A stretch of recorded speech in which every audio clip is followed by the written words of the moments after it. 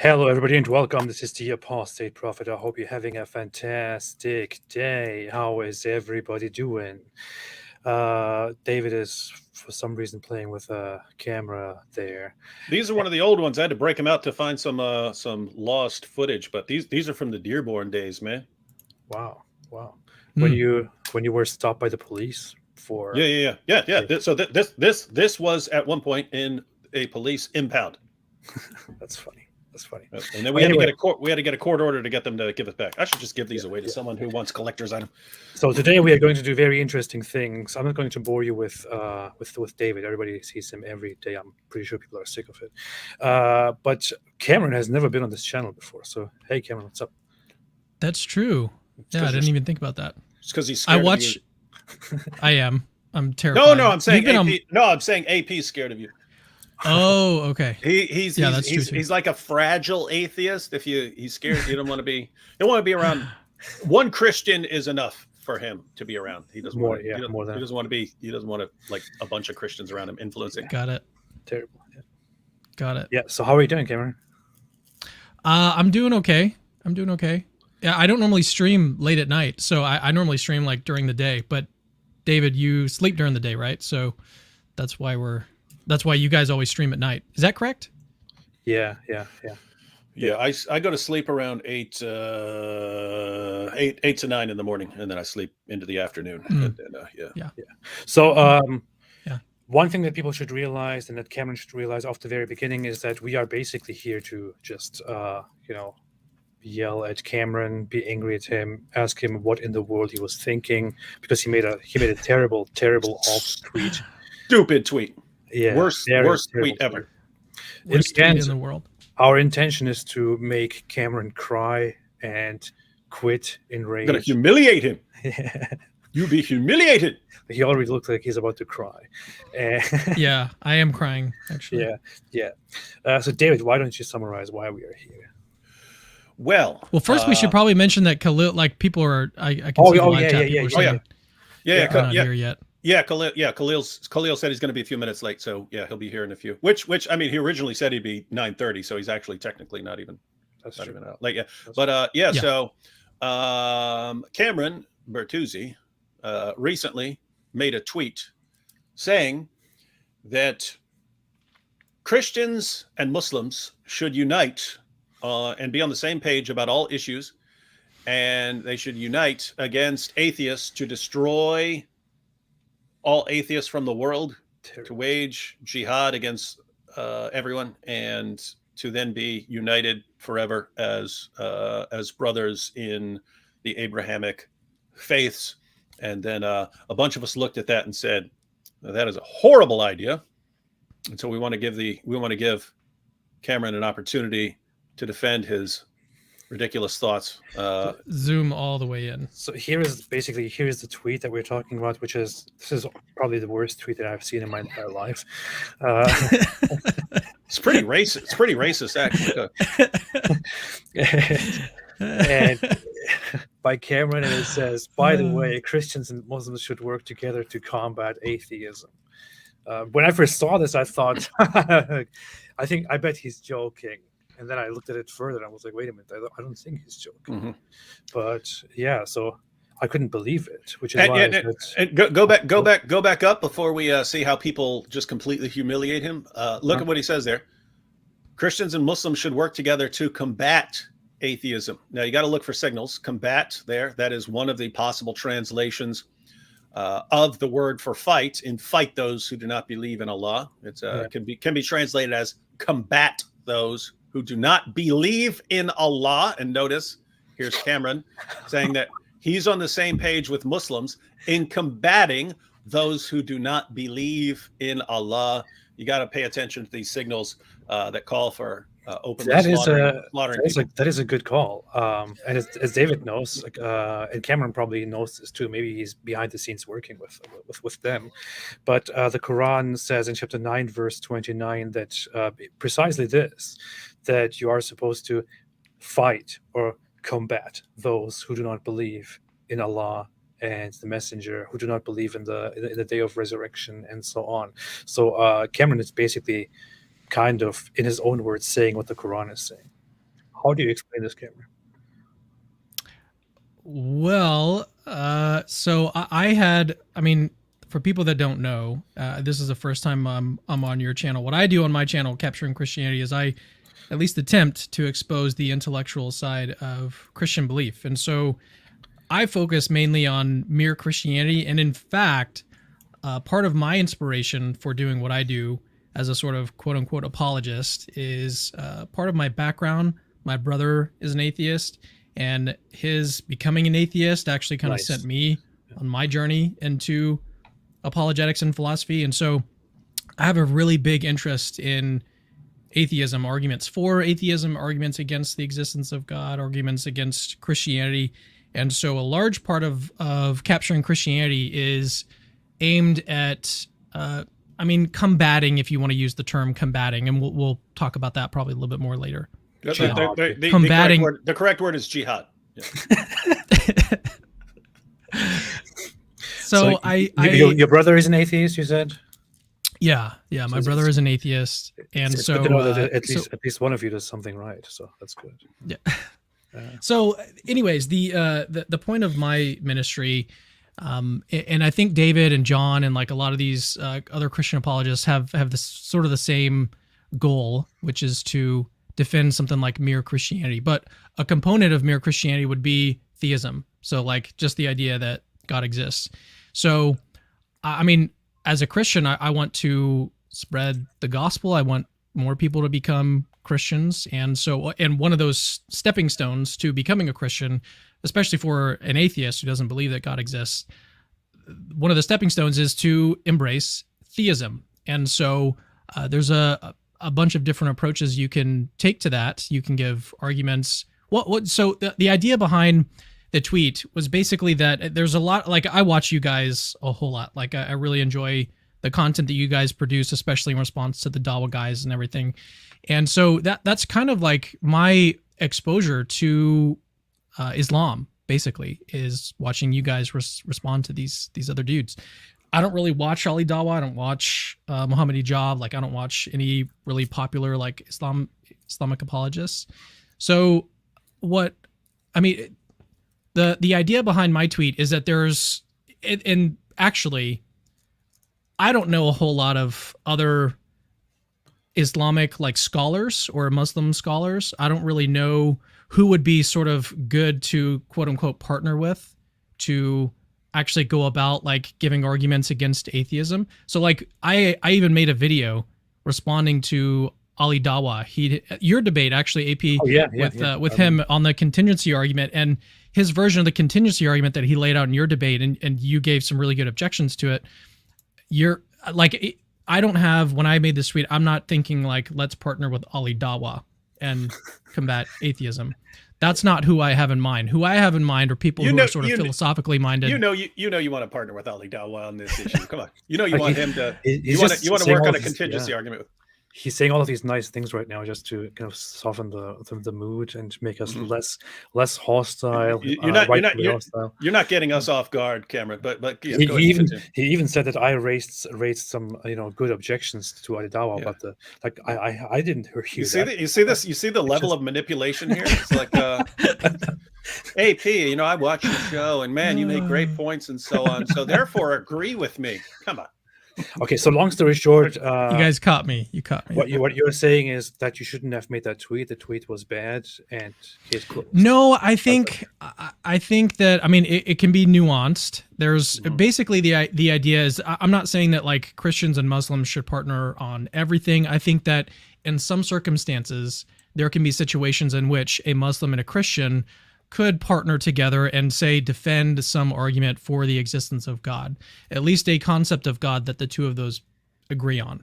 And so I'm thinking of this as a purely like intellectual or philosophical pursuit or approach or thing that two people are engaged in. So and I'm not saying that like they've got to obviously agree on everything, but I think that there's ways in which Muslims and Christians could work together to defend arguments against atheism or respond to objections from atheists to the existence of God. The thing is, though, like I was kind of alluding to earlier, like I don't know who the people, if there are really any, that fit this criteria of like a Muslim scholar who is familiar and appreciates the philosophy. I know Muhammad Hijab, like he's getting isn't he working on like doing his PhD in the argument from contingency? From what I've heard from him, do you want to partner I don't with know him? if that's accurate. Is that accurate? I don't know. I do not know. Okay. Well, I stuff that I've heard from him, I'm not super. We have trouble seeing past the golden showers comments and stuff like that. But go ahead. Yeah. Well, the idea behind the tweet I thought of the very same is fairly. Go ahead. Sorry. Hey, AP. I guess great minds think alike. Go ahead. So the idea behind the tweet is. By the way, I just wanted the guy, man. It's like I just wanted to point out. Is the way the tweet sounds is Christians and Muslims together versus atheists. That's what it sounds like. Based on what you're saying right now, as far as like, hey, because people always ask, hey, David, what are you doing? Doing live streams with an atheist? It's like, well, sometimes we disagree and then we talk about our disagreements, but a lot of times it's because we agree on something, right? We both agree on hold this. That thought. Khalil Andani is here. Hello. How are you doing? Hey, Khalil. Peace be upon you. And to you. Why is nobody responding? I'm happy to join the party. I appreciate you guys delaying the stream a little bit. I just had to attend to my fatherly duties first. Yeah, no problem. We got kids. We got kids. We know how that works. Oh yeah, just wrapping up what I was just saying to Cam. Cam, I actually agree with you as far as like if you have, let's say, a Christian and a Muslim who are both interested in the design argument. That's something they have in common. And yeah, a Christian and Muslim could, even like work together on a live stream, doing shows, defending versions of the design argument, let's say, against atheists who are responding to them. So, as far as that goes, I would have, I don't have any problem with that. Yeah. No, that's exactly kind of the idea behind, at least my idea behind the tweet. And I know that that's not obvious. Like when you just read it, there's language in there like combat that kind of doesn't really give that impression. Sounds like trying to. And that was like the main. That was like the people that were responding to it. Sorry, let me just finish this thought here real quick. The people that were responding to it, the people who were addressing like the language of combat. That was the sort of best response that I saw from the people that were making responses to it, because they probably just so you know, I was just joking. I didn't think you were actually talking about anything involving. No. I know. No, there was one guy who was Joe Schmid, Majesty of Reason. He's got a great YouTube channel. He responded to it and said basically that he's a non-theist, so he doesn't think that anyone should be combating atheism per se, but what he raised is that the word combat has a sort of negative connotation in the sense that it's kind of tribalistic, like it's tribalistic language. So that was at least what I saw, I don't really spend a whole lot of time on Twitter. I like post stuff and then just I post and ghost. So I don't read like a whole lot of the responses or anything. But that was one of the responses where I was like, yeah, I probably could have used a different term. But again, we're on social media, and you've got to use like language that's gonna get engagement and stuff. So to be very honest, sort of trade-off that you got to use. So you said combat atheism. I'm the only atheist here. Yeah. And I mean, I didn't see a problem with that. We're combating you with the term directly. It didn't even. I mean, that was not the problem to me, in my honest opinion. It was just the problem here was working together with Christians and Muslims to combat atheism. I mean, I didn't really pay attention to the term here and what it would imply. I think you don't have to really be stuck on that term.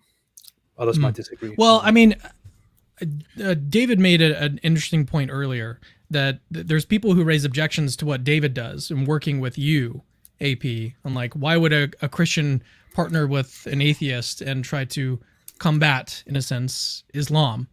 And I think the reasons that you would give for the two of you guys working together to combat Islam would be similar reasons that I would give for a Christian and a Muslim. You know, you've got to find the two right people to partner with, or the right people to partner with. But I think the same reasons that are sort of motivating the reasons why you guys are working together to combat Islam would be the same similar reasons that I would give for a Christian and a Muslim working together to combat or reduce atheism. I don't think so. but we'll get to that. Let's Dr. Khalil Andani, you have barely said anything. Because he just got here.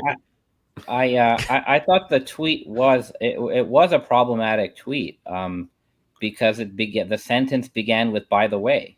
That's just not how you begin sentences.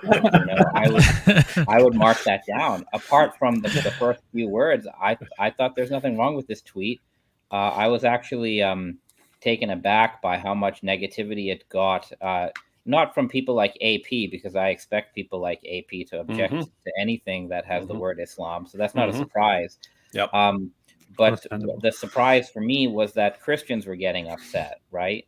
And to me, that sort of tells us how much of a lack of knowledge there is on the part of contemporary online Christians, and I would probably add contemporary online Muslims, about the actual history between Islam and Christianity, and between Christendom and Islamdom, right? Because there's nothing controversial or even historically inaccurate in what Cameron said. We have so much historical precedent for Muslims and Christians working together to combat, you don't have to use that word, but to respond to various worldviews and ideologies, right? This is not a new thing. This has been going on for quite a long time. We have some very early precedents for this. We have contemporary precedents for this within the last 2 years. And I'm happy to share specifics of that.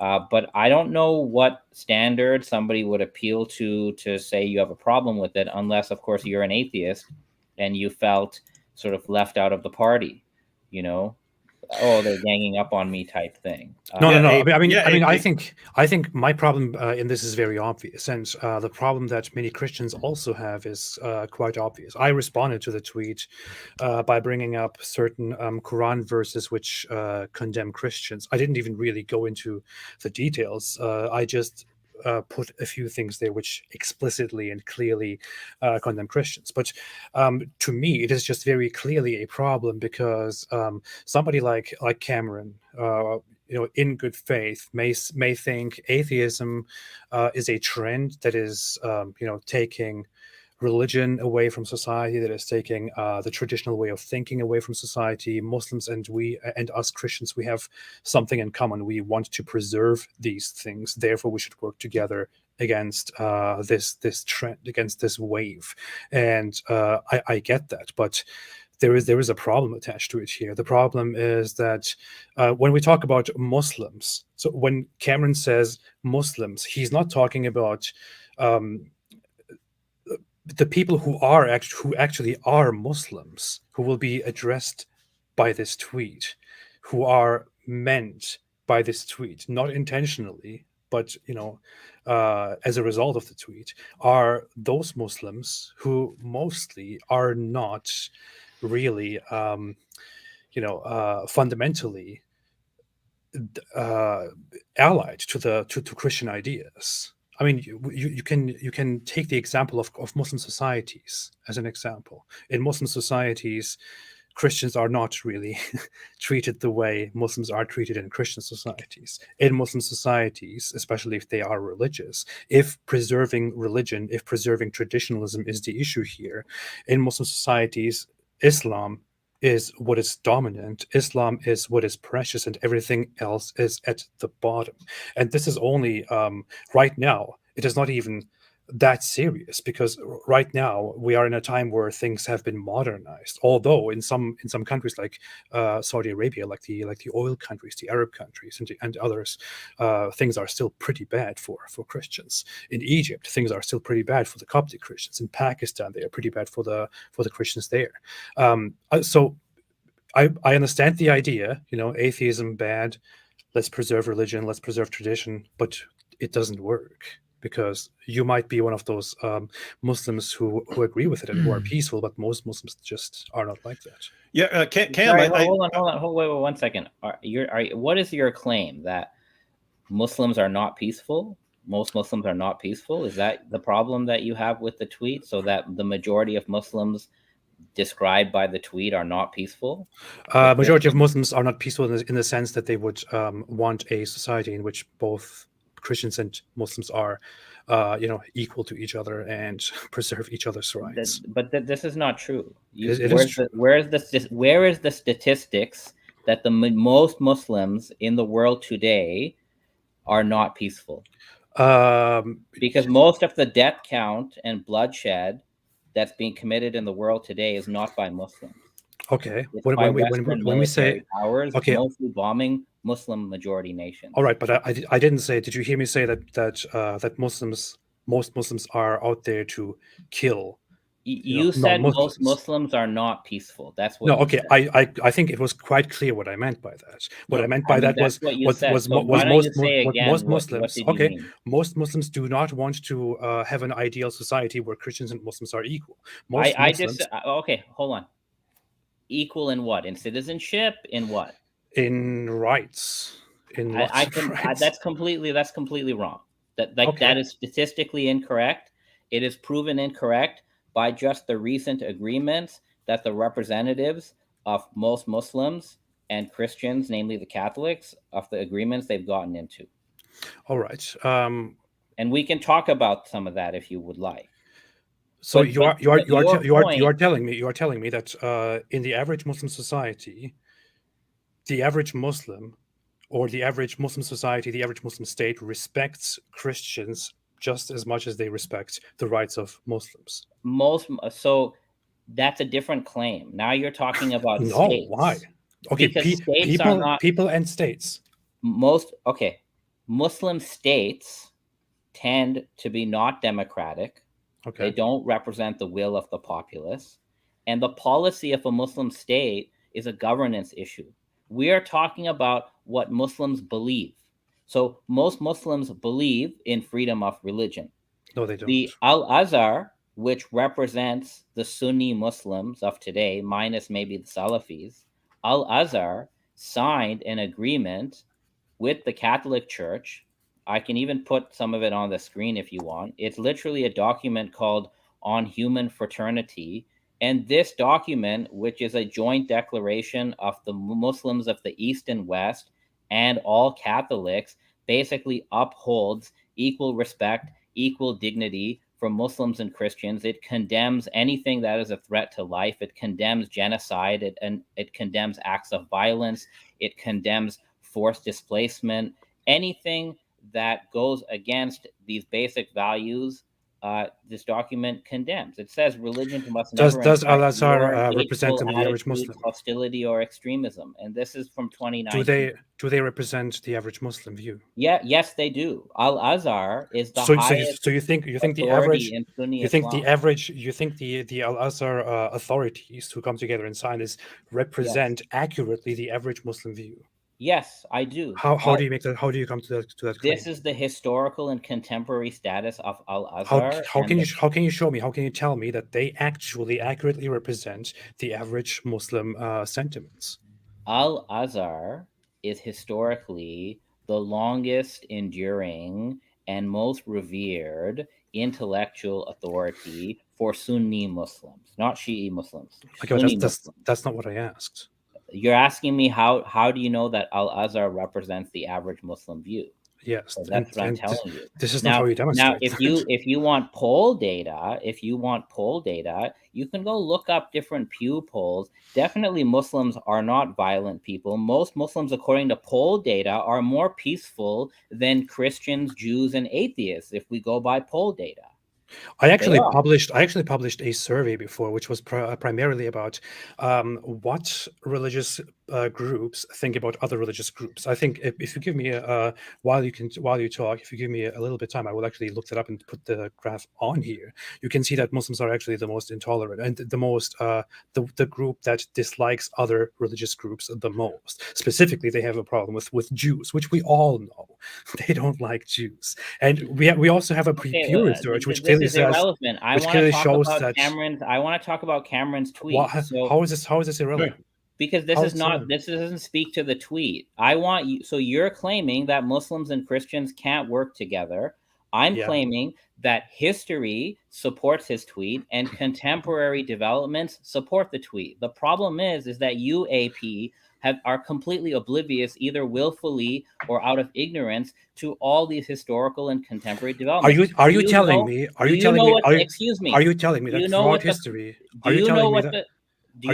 that throughout history? Okay, let me speak, please. Are you telling me that throughout history, Muslims were mostly respectful of Christian rights and that they treated Christians equally, that they collaborated? Is that what you're going to tell me? Throughout medieval history?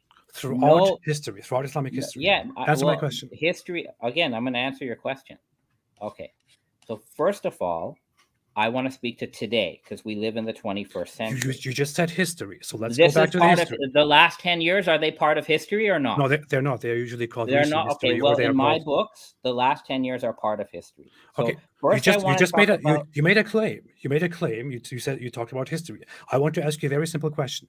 Do you want to claim that throughout history, Muslims have treated Christians as equal allies and protected their rights? Now you just moved the goalpost, because I never made the claim throughout history that Muslims and Christians have had equal rights. I was talking about today. You said Muslims don't want to give Christians equal rights today. You were making a contemporary statement. Didn't you just claim that historically that I am ignorant of how Muslims were historically to Christians? Isn't that what you just said? Historically, David, again, Cameron? I don't know what. Maybe the connection is bad and you're not listening properly. The tweet that Cameron made. Can someone read the tweet again? Okay, we know what the tweet says. I'm addressing what you just said. Okay, so historically, you just clearly told me historically. This is what you just said. Historically, the tweet is correct. That's what I said. The tweet doesn't Christians say and Muslims should work together to combat atheism. Okay, very good. Muslims and Christians have done this already in history since at least the 800s. Okay, so what you're saying is that only the part of Christians and Muslims working together to combat atheism, that part. Okay. But that's what the tweet says. Yeah. Now, if you want to talk about, that's a very strange objection to what is the problem here. The problem that I have and that others obviously have is not, no, you cannot come together and combat atheism. I'm pretty sure. I think that is possible, and lots of other people also think that it's possible. That's not the objection that people have. The objection is, why in the world would you come together with Muslims to do that? Because you've done that in history already. It doesn't matter. It has borne fruit. It has been a positive project historically. And the second issue that you bring up is about political situations and equal rights in the medieval and modern times. And despite Muslims and Christians, in a Christian medieval society, Muslims did not have equal rights. You surely know that. In a Muslim society, Christians did not have equal rights, but they still had second-class citizenship. They were still a free people. But in medieval Christendom, Muslims were not free. Muslims were serfs. Same with Jews. So comparatively speaking, in pre-modern society, Christians had a better status in a Muslim rule than Muslims in a Christian rule. Now, I don't think there's a contest here. I'm not making it a contest. I'm giving some historical perspective, because in every empire, in any empire, the people who are not of the religion of the ruling regime, whether it's Christian or Muslim or Hindu, the people who are not of that religion are always of a lower societal status. That was the medieval norm. We can establish that, and what we can establish here, what we can find here. Despite that inequality, if you make claims here, I have to interject here and say something. You cannot just propagate such a ridiculous idea and then move on. David, should you and I try to moderate my claim? No, I mean, we all know the actual historical context here. Under Islam, historically speaking, according to Islamic law, to classical Islamic law, which everybody is aware of, Jews and Christians were treated as lesser people still free. No, they were not. They were of course, they were free. Were they slaves? Were they slaves? Were they slaves? Can you answer yes or no? Is that your understanding of freedom? Okay. Second class citizenship is still second class. Okay, yeah. Second. Please don't interrupt me. Now, I'm trying to describe it. I am trying to describe the status of Muslims in Christendom. It's not a contest. I'm trying to describe it here. Okay, but in a Muslim environment, be honest about that, right? Can you please let me describe what was the status of Muslims and Christians under an atheist regime like the Soviets? That's not an atheist regime. That is a communist regime. It is an atheist regime, and if you want to bring up, medieval Islamic law, I will bring up 20th century atheistic regimes, which have the worst record out of everybody. That is not atheist ideology. That is communist ideology. It's completely atheist. You're making a very simple logical mistake here. On the one hand, it's completely atheist. Let me speak. It's part of the atheist law that was practiced in China and the Soviet Union. Khalil, let's let AP get some. I'm muting you. You're being very rude here. Okay, so on the one hand, we have Islamic states which are led by the ideology of Islam and impose Islam on the rest of society.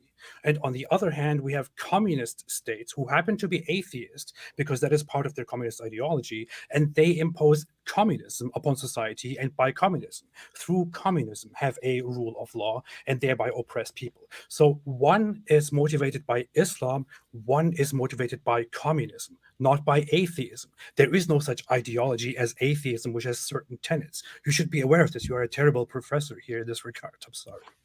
I'm unmuting you now. Okay, go ahead. Atheism is the official worldview of the communist regime. No, it's not. It's not. Yes, it is. It's not. Yes, it is. Of course it is. You can't disagree. You can go ahead and claim that. You can go ahead and claim that, but that is just I will claim it because, well, one of us here is the professor, and it's not you. Do you want me to pull actual professors who are actually experts in that topic and let them explain what the worldview let me quote you a professor. Do you know who Kenneth Cragg is? I don't know. Okay, well, Kenneth Cragg is a Christian researcher of religions, and he's written an entire article about how the Soviet regime was atheistic, and in his own words, does that mean that their ideology, which they were motivated by, is atheism? Is it atheism? Yes, Marxism is atheist, my friend. That's not how this works. Of course, atheism might be an aspect of Marxism. If what you're saying is true, if it were true that atheism is Marxism, that would mean that somebody who is an atheist is also necessarily a Marxist. So if I am an atheist, that would mean that I am also a Marxist or also a communist. Is that true? Okay. No, it is not. Because that is not how it works. It is idiotic. Okay, very simple. Okay, then if that's what you're going to take, it's very simple. We don't live in medieval Islam anymore, and we don't have dhimmis anymore. So just because one is Muslim, nothing to do with what we just discussed. Please, of course, your point. Because you want to separate an economic governance policy from a worldview. So I can also separate the idea of dhimmis, which is a medieval governance tool. I can separate dhimmitude from being Muslim, and that's why today it is directly derived from the Quran. No, it's not in the Quran. It is directly taken from the Quran. That's where the medieval notion of dhimmi, where the dhimmi has a second-class status. Okay. That is not Quranic. Okay, you are so you are telling me the scholars did not establish that based on primarily Quran chapter 9 verse 29. No, because the idea that is let me simply explain. factually wrong. No, you're factually wrong, because That is factually wrong. the earliest document we have about governance, political governance from the historical Muhammad is the Constitution of Medina. Okay. Now, in the Constitution of Medina, the word dhimma is used, but it doesn't mean second class. It just means protected. And it refers to the dhimma of God. It says how all these Jewish tribes and others who signed the Constitution are under the dhimma, or the protection of God. Then later on, after the Quran and Muhammad, the medieval Islamic jurists who are influenced by how other empires operate, you forget that the Byzantines and the Sasanians also had a second-class type of status for their subjects who are not of their religion. That's where the medieval notion of dhimmi comes from. So it is an interpretation that the Muslim jurists came up with for statecraft and governance, and that interpretation is not a necessary concomitant of Islam. You can have a Muslim governance state or whatever system which doesn't have dhimmis anymore, and that's why today there's no jizya today, and there's no dhimmis today, because Muslims are using a different model. You're not addressing what I actually just said. I just explained to you that dhimmitude is not a necessary concomitant of Islam. Dhimmitude comes from Byzantine and Sasanian law. No, but can you at least admit that the Sasanians and the Byzantines, who are two pre-Islamic empires, they already had second-class, what you call dhimmi status? Can you admit that that's where it's from? This is not what we're talking about. You're distracting from the actual topic. What then what you're saying is not your complaint is not about Islam. It's just about medieval statecraft. You should have a problem with every medieval empire then. What I said. Let me jump in with something real quick. No, just a second. What I said is that Islamic scholars have taken the dhimmi system and have based it primarily on Quran chapter 9 verse 29. This is historically known. Islamic scholars are aware of this. They may quote a verse, but it doesn't come from the Quran. Just give me a second. You might say it's developed further and was based on circumstantial issues. Okay, I agree with that. That's not what I'm arguing against. What I'm arguing is that Islamic scholars have primarily taken the idea from that very Quran verse and from Muhammad's treatment of others, and have then thereon developed this idea of dhimmitude. And you cannot deny this. But I didn't deny that. Okay, what David,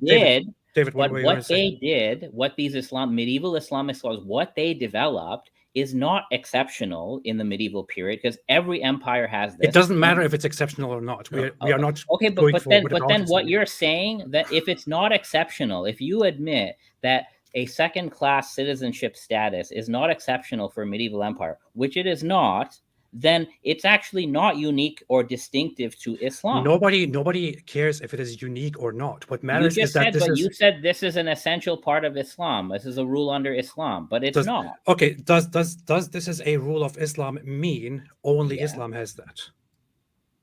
It's not an essential rule of Islam. It's a legal interpretation. Can you answer my question? Does this belongs to Islam mean that no other system has something like that? But it's not. It doesn't belong to Islam. Okay, you are not addressing the actual question. You just made a claim again. Because I don't concede your point that this is essential to Islam. Well, you know what? What you're saying is these other empires have far worse treatment of religious minorities than Muslims. You're putting strange words in my mouth. I'm telling you. Because I want to go back to the tweet. Again, thank you. So, I will say one clarifying thing, David, and then you can talk. But we don't have dhimmitude today.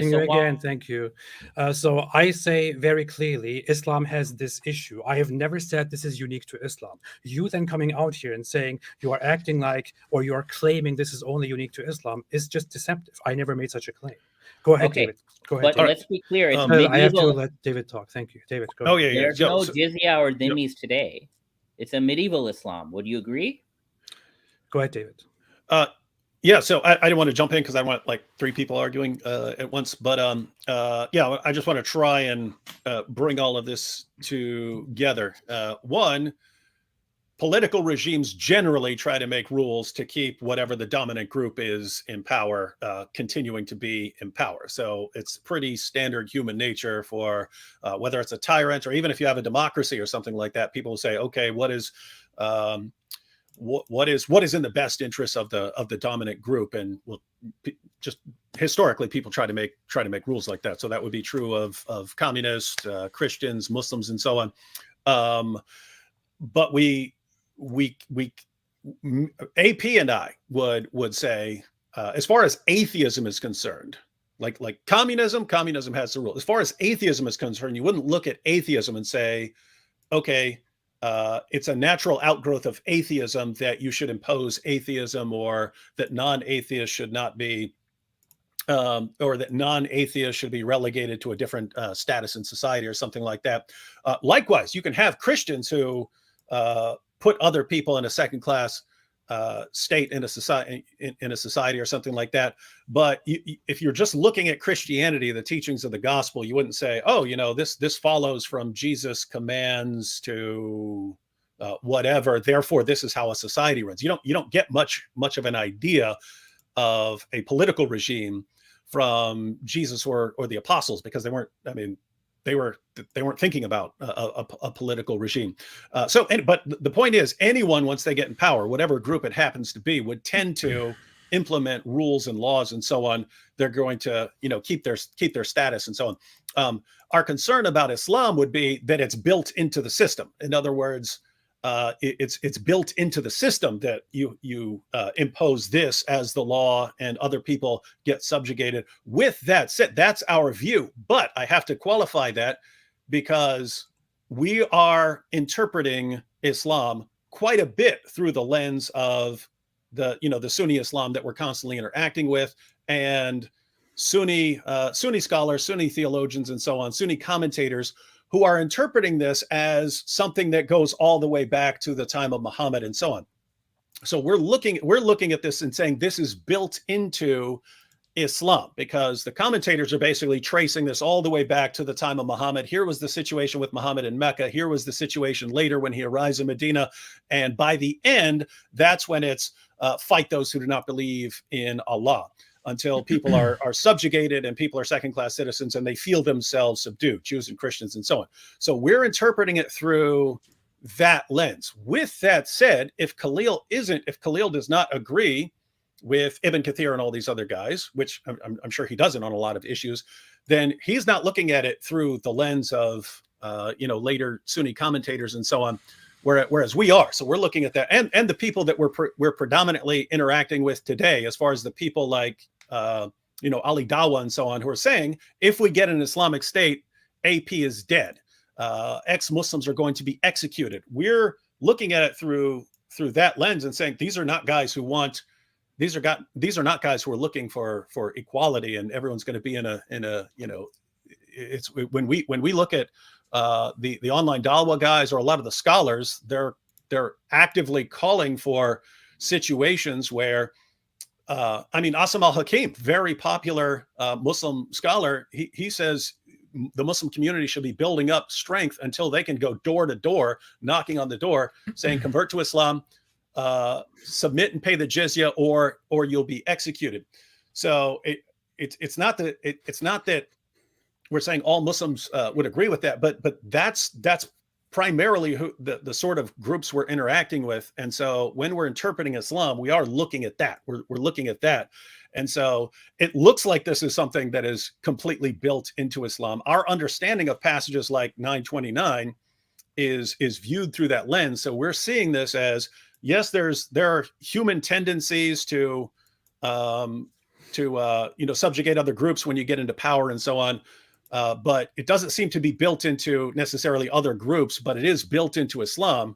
With that said, we do have a certain perspective on Islam, such that if a person did not share that perspective, if a person isn't, I don't know enough about Shia Islam or Ismaili Islam to be able to say what the interpretation of passages like this is. But I would agree. If you have different interpretations of certain texts, then you obviously wouldn't say that this comes from Islam. You would say, well, they got this idea from somewhere else later on, and then the scholars sort of read that back into their understanding of Islam, whereas that doesn't necessarily flow out of Islam. And so, anyway, so I'm fine.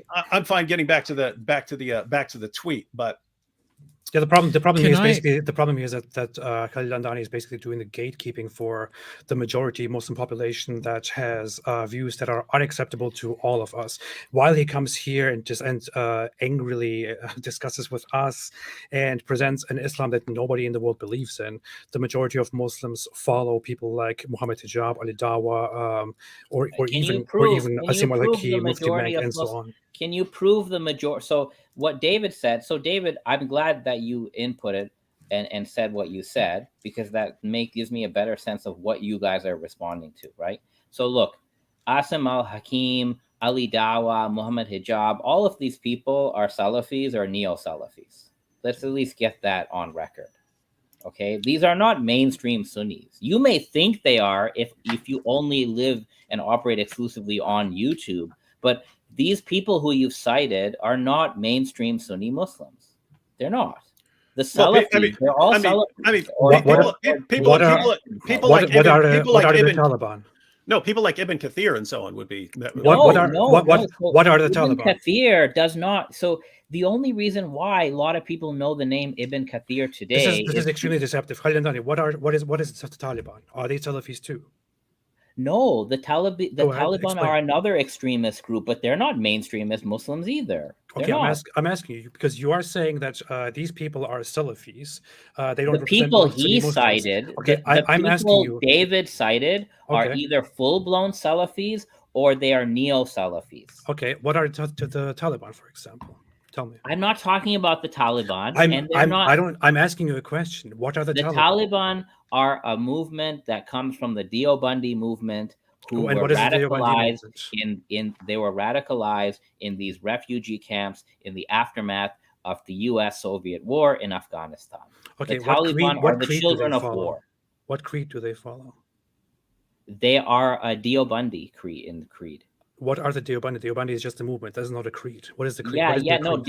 Deobandis are Sunnis of the South Asian area who have a certain set of distinctive positions that differentiate them from other Sunnis and Baralwis. What madhab do they follow?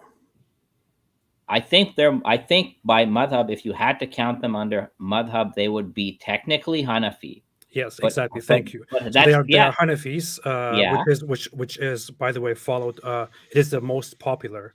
I agree, but it doesn't just because the Taliban fall under a Hanafi umbrella, it doesn't mean the Taliban are the most popular. Come on, man. I want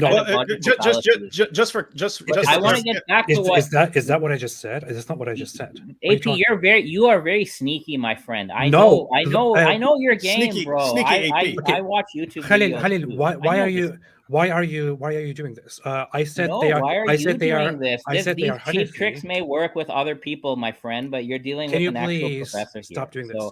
No, I'm not going to stand for your fallacies. Now, I want to get back to what I will mute you. Thank you. So I asked specifically about the Taliban because the Taliban are Hanafis. They follow the Hanafi moral school, the jurisprudential school. And the Hanafi school also happens to be the largest school among Sunni Muslims, followed by the highest number of Muslims. And Khalil Andani is making it look like here that these are just extremist positions.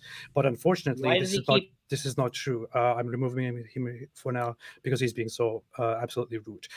He's being extremely deceptive. He's basically lying to the population here. Let me speak, please. Maybe we should have David. I'm muting all of you right now. I am speaking. This is my channel.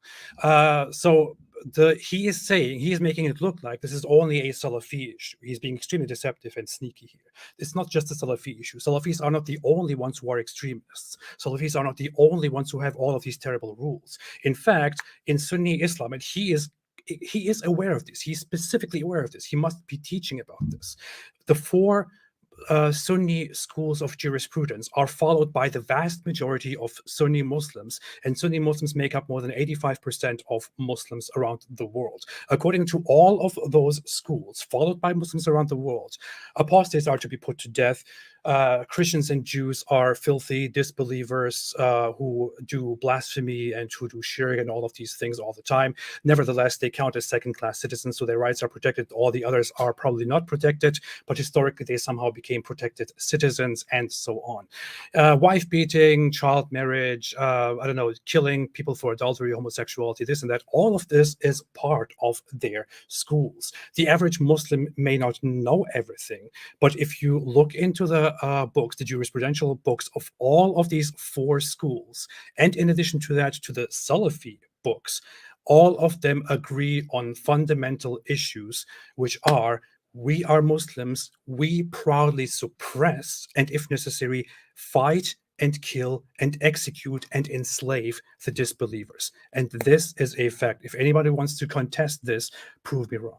Now you can come back on it. Okay, go ahead. So, no more deceptive stuff, and please don't interrupt people when they are talking, just as people don't interrupt you when you talk when you have your tangents. The only person being deceptive in that rant was you, my friend. Yeah, go ahead. Explain to me why. Okay, well, firstly, we're going to go back to the topic. So David named a bunch of people. I'm responding to what he named. You want to talk about jurisprudence? That's a completely different issue. Because what you call extremism, which is what you described there, sex slavery and all this stuff, is what ISIS does. And by the way, just for the record, today, apart from ISIS, and we're not even sure about that, there is no Muslim state that has a dhimmi status for any of its population. And there's no Muslim state today that charges the traditional tax, jizya, on dhimmis. So to say that, David, that the medieval idea of dhimmi as a second-class citizen is built into Islam is false, because you've conceded that it is a juristic interpretation that arose in the medieval times. Khalil, do you know what this book is? I don't know. It's a legal book of some sort. Mukhtasar al-Quduri. You don't know what Mukhtasar al-Quduri is. Have you never heard of it? No, I don't read it.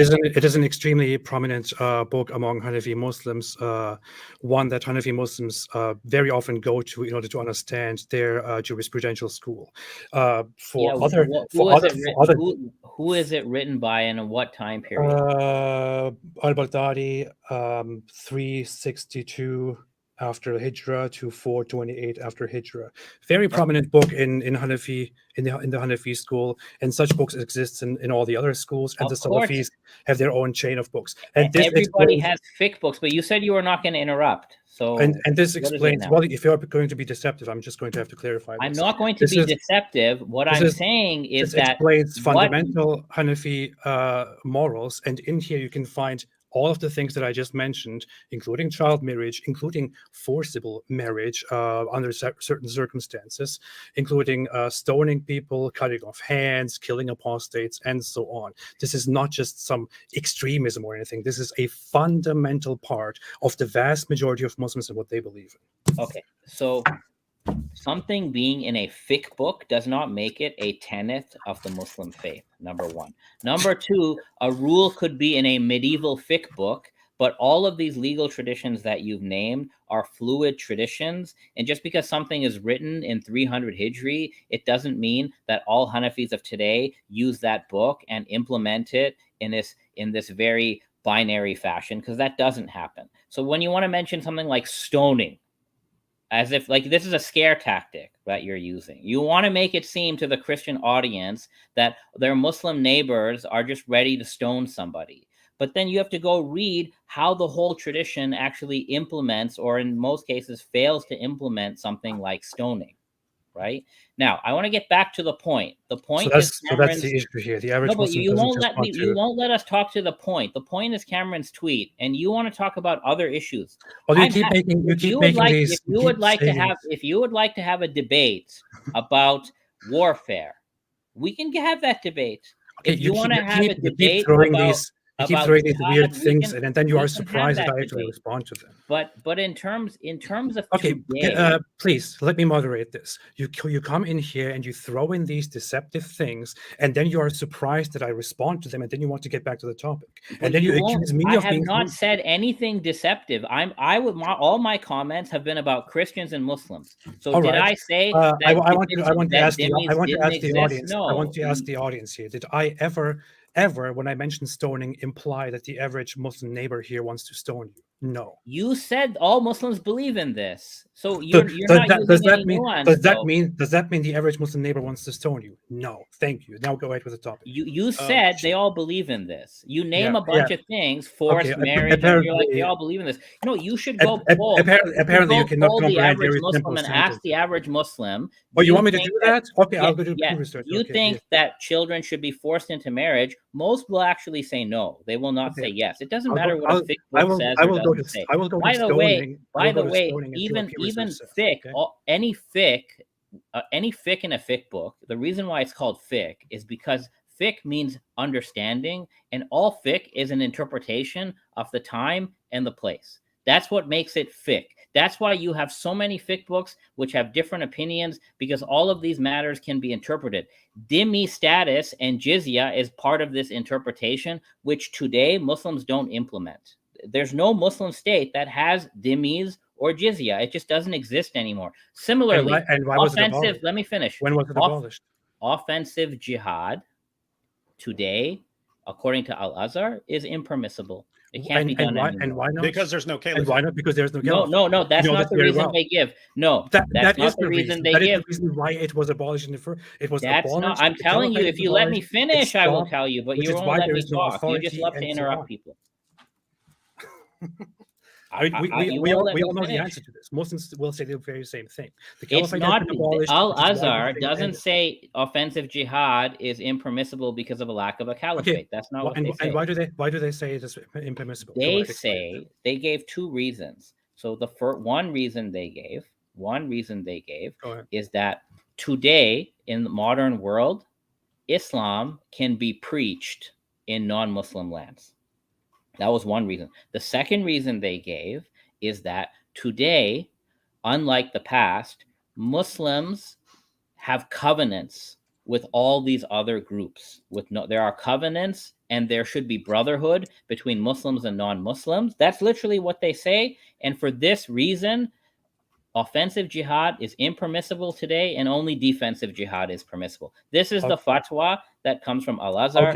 Okay. And if you want the literal words of it, my colleague Javad read it out in a debate he had with someone else. Now, I want to get to the point. You cannot just continue talking. What is this, man? He preaches something. He wants to take the word to the next thing and to the next thing without anyone ever responding. What kind of deceptive nonsense is this? This guy is not a pro. This guy is a charlatan. It is very evident and very clear that this exists today. Al-Azhar comes together with their scholars today to make such an announcement because the caliphate was established by force of those people who are against the caliphate. This is why this is taking place today. I mean, are you dumb enough to come to that conclusion? Excuse me. Isn't this very, very obvious? There was a caliphate. As long as caliphates existed, they waged war against the world and did all of these terrible things to populations, offensive war, taking slaves, and so on. The caliphate was forcibly abolished by people who are against the existence of the caliphate. As a result of that, in our time, when no caliphate exists, Al-Azhar comes together and says, well, in today's time, we can go around preaching. Well, great. Thanks to those who abolished the caliphate. I think it was very simple, wasn't it now? Yeah. Let me just go ahead and I just want to go back to the main point of the tweet. I agree. Maybe we should all wrap up our sort of final thought on this, and then even if we disagree, we can kind of move on. My thoughts on this are, as I mentioned, we're understanding Islam primarily through the people we interact with and the sources that they appeal to.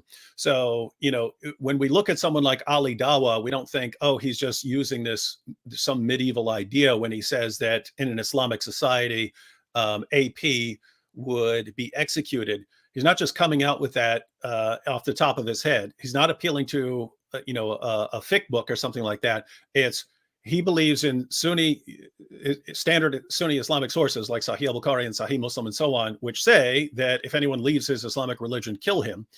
And so we're seeing all of this as connected. Again, if you reject those sources or something like that, yeah, you might be able to toss some of that out. You'd still be stuck with the Quran. But we're reading the Quran and 929 and all of these passages that we quote. We're reading them through the lens of scholars who are interpreting them in a certain way. But notice, if you're talking about like Bukhari's, the command in Bukhari and Sahih Muslim and so on, these are not one particular madhab. This is standard Sunni Islamic belief. And so you're talking about 85 to 90% of Muslims in the world, regardless of what they happen to actually believe, or regardless of what they happen to live by, or what influences they've had on them, or what political system they live under, or what their leaders decide.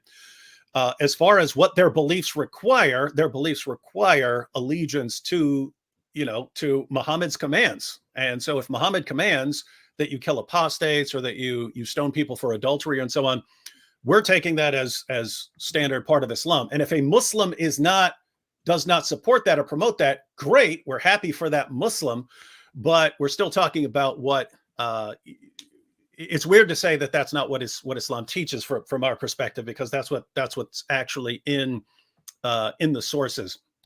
And so look directly on the screen here. You have Okay, the stats here but according again, to Pew Research. this idea that The number of people who want the to implement idea- the Sharia, and among those who want to implement the Sharia, you have, since we just mentioned it, we just talked about it, we have stoning here. I mean, look at stoning. Is this something that I just made up? Is this something very extreme? No. As far as we can see here, what Pew Research found by asking Muslims around the world, this is extremely common. This is not extremism. This is not some fantasy world where no Muslim ever believes in this. No, they say this is all right. The fiqh books say that. The fiqh books say that, but stoning is a had punishment. You know what? Okay, we're not talking about what the fiqh book says. We're talking about because that's why they answer that way, because that's what medieval fiqh says. But the implementation of a had is something that rarely happens. That's part of the fiqh. Part of the fiqh here is the issue that the stoning penalty is barely ever applied. Here is the issue. Jonathan Brown, in the real world, when you say Jonathan Brown has written an entire article on this. You can't take one piece of medieval fiqh and hold Muslims to that and ignore all the rest of medieval fiqh, which basically makes the whole thing almost inapplicable, right? That's not being fair. So if I said Muslims should be executed in America, the whole system, right? If I said people who propagate Islam or who preach Islam should be executed in America, but you don't have to worry about that because it barely happens. No, do you think that makes sense? It's not even that. It's actually part of the fiqh is to ward off these punishments. All right, I can say, well, the law to punish and execute those who preach Islam exists in America, but we do our best not to apply it. We do our best to avoid the punishment whenever possible. If you have a law that's on the books, but the part of the implementation of the law is that it's rarely applied, then they're just as horrible. What's in the fiqh books. Now, I don't agree with this personally. It's not part of my law, right? But we have to take into account the actual application of these laws, especially when it's a medieval law. So the idea that an apostate should be killed, it was not taught by the historical Muhammad. Ghazali is the first person to actually codify this idea, and Ghazali dies in the year 1111. Frank Griffel has written an entire article about this. It's in Bukhari. David, do you want to jump in? It may be in Bukhari, but the actual person who turned it into a rule that has to be applied in any sense, Ghazali is the first one to come up with this. And there's no way that's correct. I mean, you find it in Tabari. We find it in the Muslim sources where they're actually executing apostates. The hadith may be there. Of course, the hadith itself. Yeah, that's what I'm talking about. So number one, the hadith is not historical. It didn't come from the historical Muhammad. This is according to you. Well, yeah. No, by the way, Khalil, according to the historians of Islam. Khalil, Khalil, I just wanted to agree with you. So notice, and matter of fact, this might be a good opportunity to get back to the tweet, because you do have these things in the hadith, and so yes, I will grant that if you're throwing out those sources, because you don't have any sort of clear command, kill apostates in the Quran. You have the opposite. The Quran says there are people who believe in the morning, they disbelieve in the evening, and then they believe again in the morning, and they disbelieve again. The Quran clearly talks about people who we would legally call apostates, and nothing happens to them. There's no Quranic punishment for this. So we have, but the thing is, you have in the Quran commands to obey Muhammad's decisions, and I agree, in the Hadith, So in the Hadith, case, if you're saying that doesn't go back to the historical Muhammad, it's the same thing with the Aisha issue. If you're throwing out these sources, yes, we don't have a lot. So that's one point. To go on. Okay, so that's one point that the Hadith. Can you please stop interrupting people when they're talking? I'm responding to him. He just you are interrupting when he's speaking. You are trying to interrupt him so many times. You did the same thing with me, and then you blame it on me. Please stop doing that. You are a professor. You should know this better. Responding to him. You're interrupting. Okay. So we should probably give Cameron some. Yeah, let me pause. Cameron, you've been just waiting to come in, and we haven't let you. So go. Yeah, you see this mess you've caused, Cameron? I do want to. I do think we should go back to the actual tweet, because these are all other issues. Yeah, I wanted actually to try to understand what the problem is that you guys are laying out, and then see what the implications are. So it sounds like you're saying that Muslim, in the majority of Muslims, so like if Islam or Muslims were to sort of be, I guess, dominant, then they wouldn't allow Christians to have the same rights and everything, and they would also persecute them. And so that's a reason why Christians and Muslims should not work together to combat atheism. Is that the gist?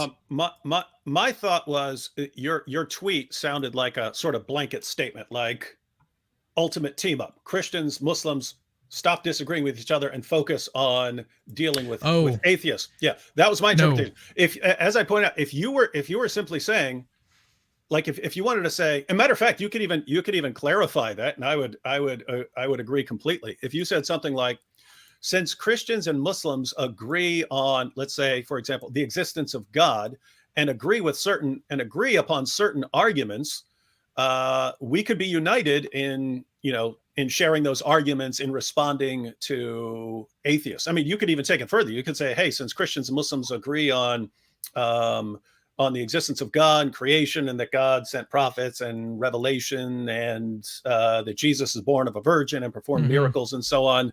And since we all agree on those, we could, because I said for years, if I'm standing in a room with an atheist and a Muslim, who do I agree with? Well, it kind of depends on the topic. If it's whether Muhammad's a prophet, I mean, I'm going to be in agreement with the atheist. We'll both agree for completely different reasons, but we're going to agree that he's not a prophet. If the question is, was the universe created or does God exist? I'm actually going to agree with the Muslim. And depending on his arguments, like I'm not going to agree with a flawed argument from a Christian or a Muslim. But if he gives an argument that I agree with, my goodness, I agree with his argument. And you don't just see this, with individuals today, because I've actually experienced this. When Nabil and I were arguing about the resurrection one day, we actually started arguing with my wife, who is an agnostic, and we both sort of started arguing with her. We're on the same page on certain things against the agnostic. But so you see it like today, but you can see it historically. You can see it with like popular arguments, like the Kalam cosmological argument. That was like a heretical Christian came up with part of it. It was namely arguing that the universe isn't eternal. And then Muslim philosophers take it and they say, okay, the universe, hasn't existed for all eternity, had a beginning. Well, it must have a cause. And so they take it. And then you got, William Lane Craig today, and let me add some science and some mathematics to it and so on. So you've got this argument that people have been working on for well over 1,000 years and stuff, and it's going back and forth and being used by different groups, but the groups would agree on, hey, make this argument as good as it can be. And if a Muslim came out with a knockdown, perfect, awesome argument from design or from morality or whatever it happens to be, I'm not going to say I disagree with the argument because he's a Muslim. I would agree with the argument.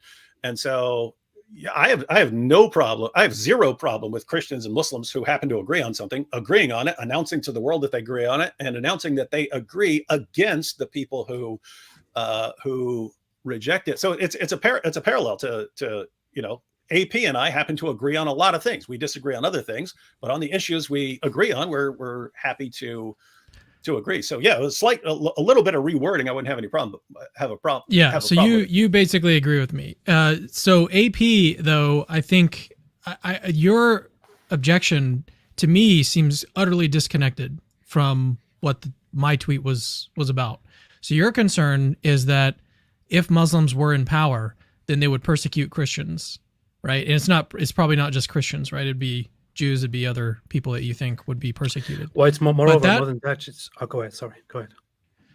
Well, to me, it just seems. Let me state, AP, just because I would imagine we sort of, because once Cameron clarifies what he's actually saying, we probably read that tweet in the same way, like almost along the lines of Christians and Muslims stop arguing about stuff.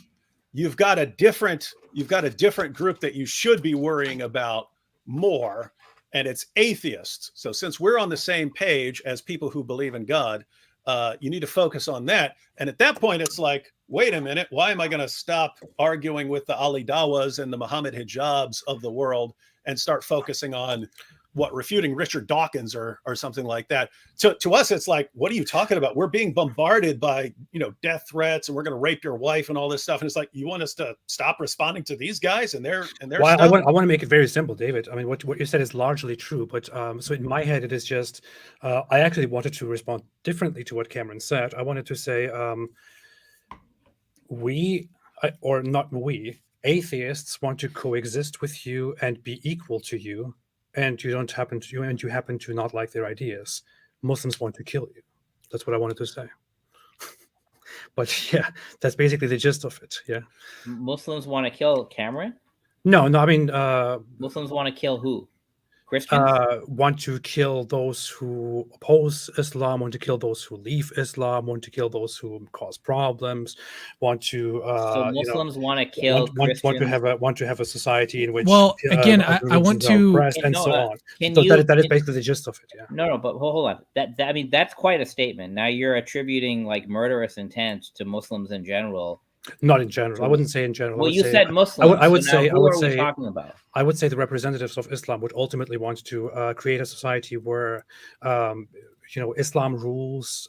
Things are ruled by Islam, under which the ideology necessarily leads to the oppression of others, including apostates and blasphemers, and all those who oppose this system.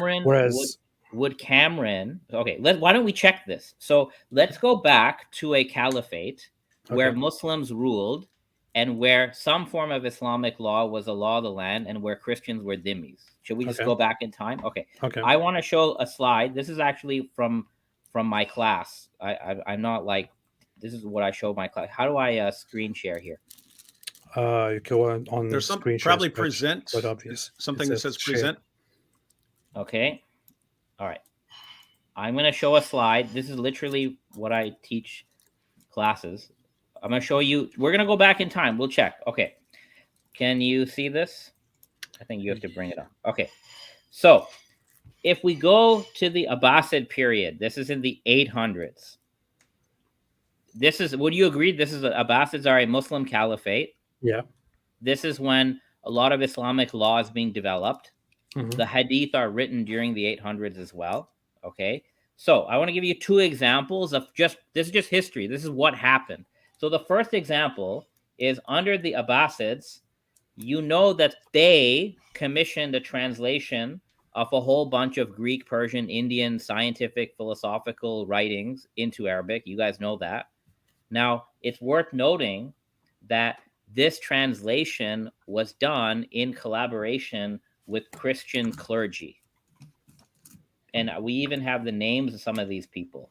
Patriarch Timothy, he was a Nestorian Christian. He was part of the translation movement. He was paid and he worked with the Abbasids. Theodore Abu Qura, a Christian scholar, also doing the translation, paid, welcome member of the Abbasid court, treated really well. I'll even show you examples. Hunayn ibn Ishaq was a Christian, the physician of the Abbasid caliph. This is a proto-Sunni caliphate. So they're all part of the translation movement. And for those who don't know, the translation team is a mixed team of Christians and Muslims, and the Muslim leader of the team was Al-Kindi. That's point number one. The second point, which is in relation to this, again, we're just going back in time. How were these Christians treated? Okay, like what was their status? So this guy, Theodore Abu Kurai, dies in 816. Okay, he's a bishop. This guy, and you can Google this, this guy wrote against Islam. Theodore Abu Qurra wrote against Islam. You can read, like, he critiques Prophet Muhammad. He critiques Islamic monotheism. He preaches the Trinity. Okay, these are some of what the things he says. This is like what he says. Okay, when he's refuting Islam, he criticizes Muhammad for having no miracle. All that he talks about Father, Son, Holy Spirit. Now, let's check. How was he treated? Did the Muslim caliph and the courtiers of the caliph beat the crap out of this guy for criticizing Islam? What do you guys think? Let's check. Entirely irrelevant to the actual issue. No. Let me finish. These are quotes from an academic article by Sidney Griffith. He's an expert in this. These are all quotes about how Theodore Abu Qurra was treated by the Abbasid Caliph Al-Ma'mun. Look, when people... completely irrelevant. I want to add something. I want to add something for clarification. I'm not done. Let me just finish. Okay, I want to add something for clarification here. Okay, I want to add something. We are all aware, and I said this before. I made videos about this issue. I made live streams about this issue. That under an Islamic state, in the dhimmi system, Christians and Jews would exist and even have their places of worship and have probably their neighborhoods. That's how it's developed in history. They would have the Christian neighborhoods or the Jewish neighborhoods, and that's where usually all the stuff happens that is not allowed among Muslims. But the issue is their rights would be limited to practicing their religion within their own spaces, and they wouldn't really have a say in society. So you could say that a priest, for example, is allowed to preach Christianity to his own audience, but could the priest go out into the streets and openly share his opinions to the public and invite people to leave Islam, people to leave Islam, the Muslims to leave Islam? Can you see what's on the slide? Yeah, let's go through it. This priest preached at the Abbasid court in front of the public. He preached against Islam, and he preached for Christianity, and he debated other Muslims, and he often won debates. And even when some small group of Muslims wanted to do something to him, the Muslim caliph protected him. That's what it says on here. Okay, so, is the court the general population? The court represents the elite of the Abbasid society. So it's not the general population. So we are not talking about somebody.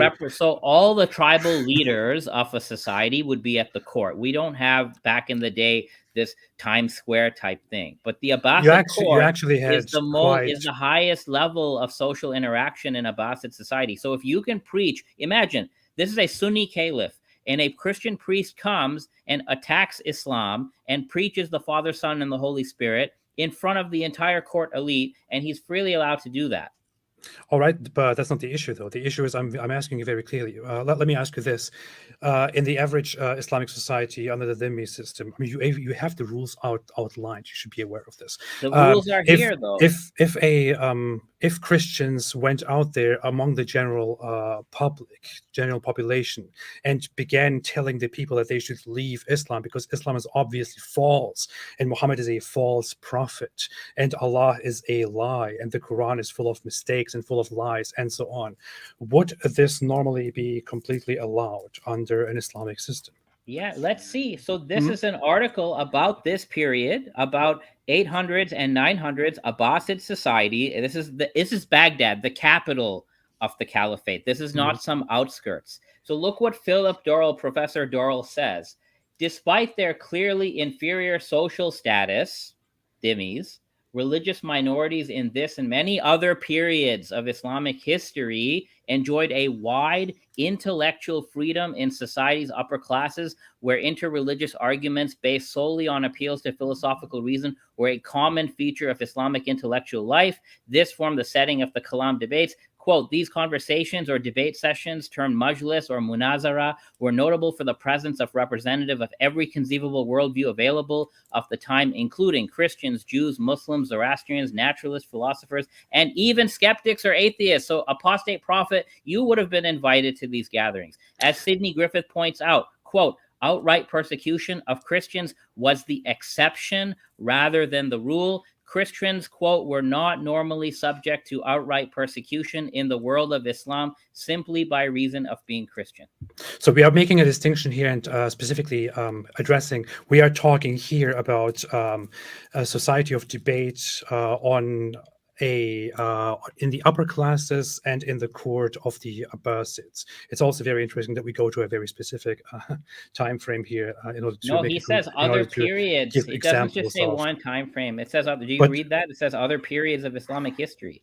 But we are. I'm asking a very, very clear question. So, if Christians or other couldn't we find examples of Christians being persecuted, like in other time periods, other places? Oh, it seems like it's pointing to one period. You can, but the general. So, if persecution only, so what it says here is yes, societally, the Christians and Jews in a medieval Islamic society had inferior social status. I'm not arguing against that. But this persecution of Christians was not a regular thing. That doesn't mean that it never happened. Of course it happened. Just like Christian empires persecuted Jews and Muslims, right? Hey, can you tell us what the Pact of Umar is? The Pact of Umar is a sort of a covenant or list of rules or rights that religious minorities would have under a medieval Islamic rule. Can you tell us some of the restrictions or some of the suppressions that are part of that Pact of Umar? This is not my point. Here's my point. My point is that when you had, because AP, you made a statement. You said, oh, and David was asking about this. Well, if Muslims were ruling, this type of collaboration wouldn't happen. It's quite the opposite. In this Muslim society, in the capital of the Abbasid Caliphate and other caliphates, this also the Fatimid Caliphate had this too. In these societies, although Christians had inferior societal social status, they still were free to debate their religion with Muslims. And Khalil, I asked you a question though. Can you tell us what the Pact of Umar said?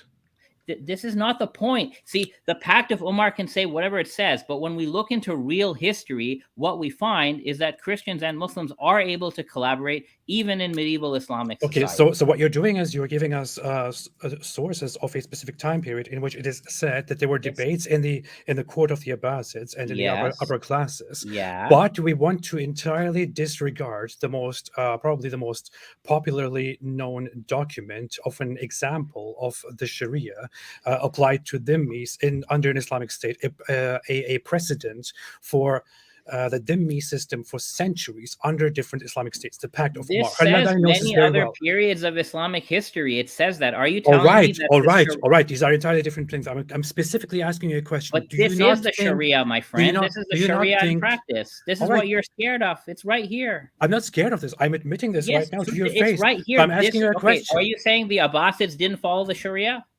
I do. Do you really want to just focus on one thing here? Cherry pick this and just go with that? I'm asking you a question.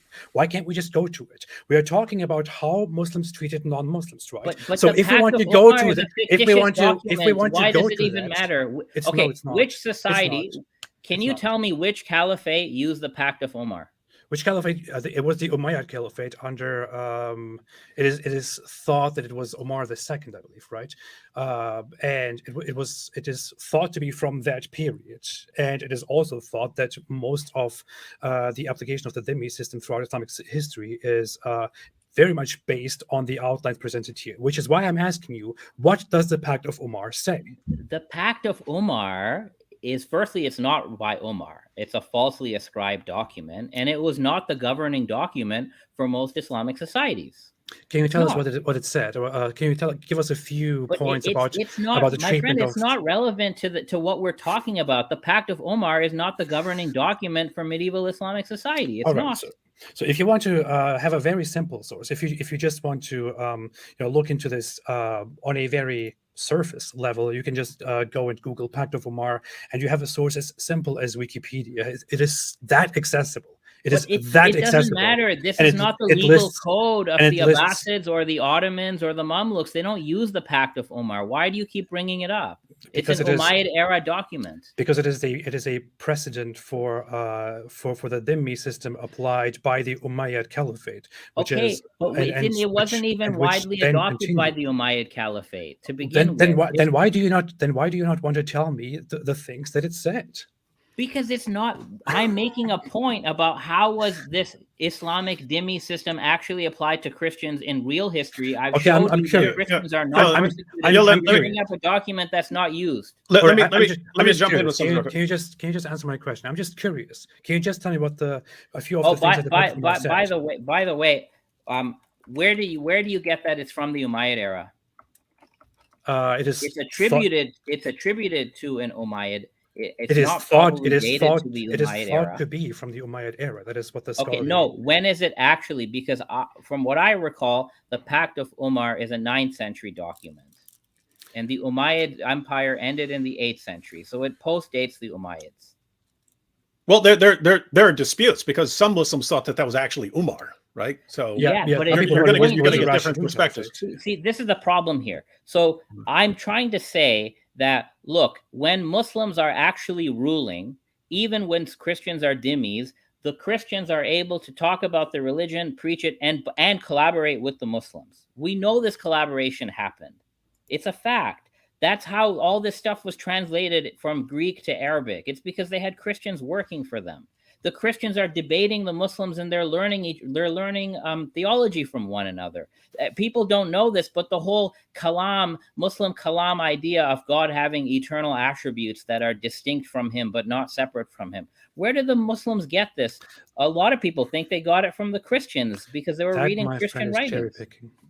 So the point is that Cameron's tweet, from a medieval perspective, is correct. And if we go now to the 21st century, his tweet is even more correct because the Catholic Church and Al-Azhar signed a 2019 document that basically says we are united on the idea that there's a creator who created the world.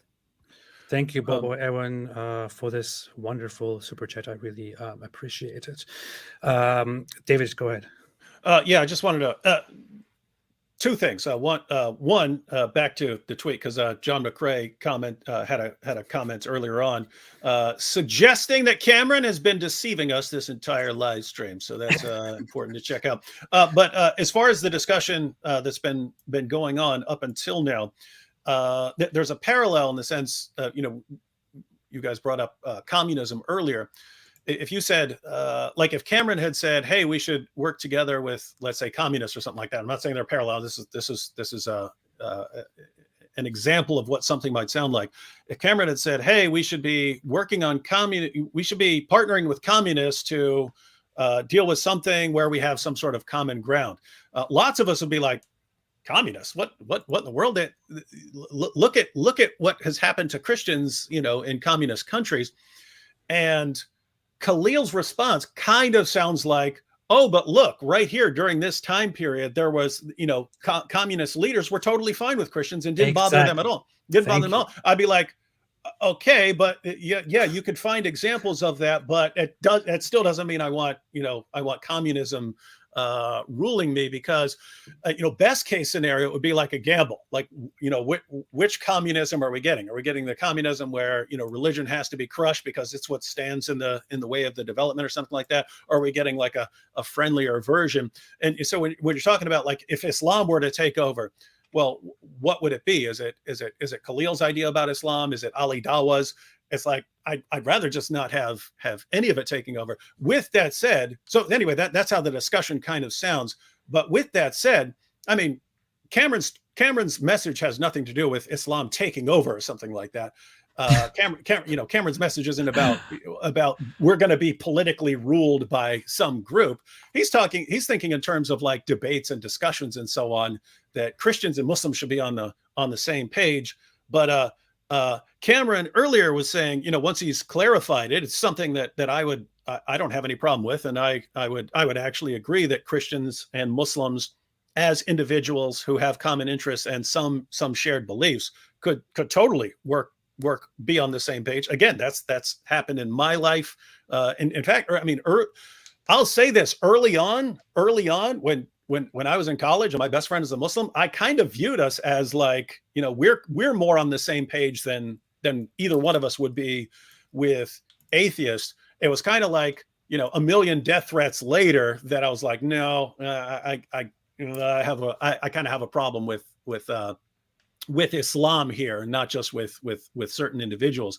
But John McCrae, when I said how I initially interpreted Cameron's tweet, namely that, hey, Christians and Muslims should stop disagreeing with each other, and we should instead, you know, unite and focus on dealing with atheism.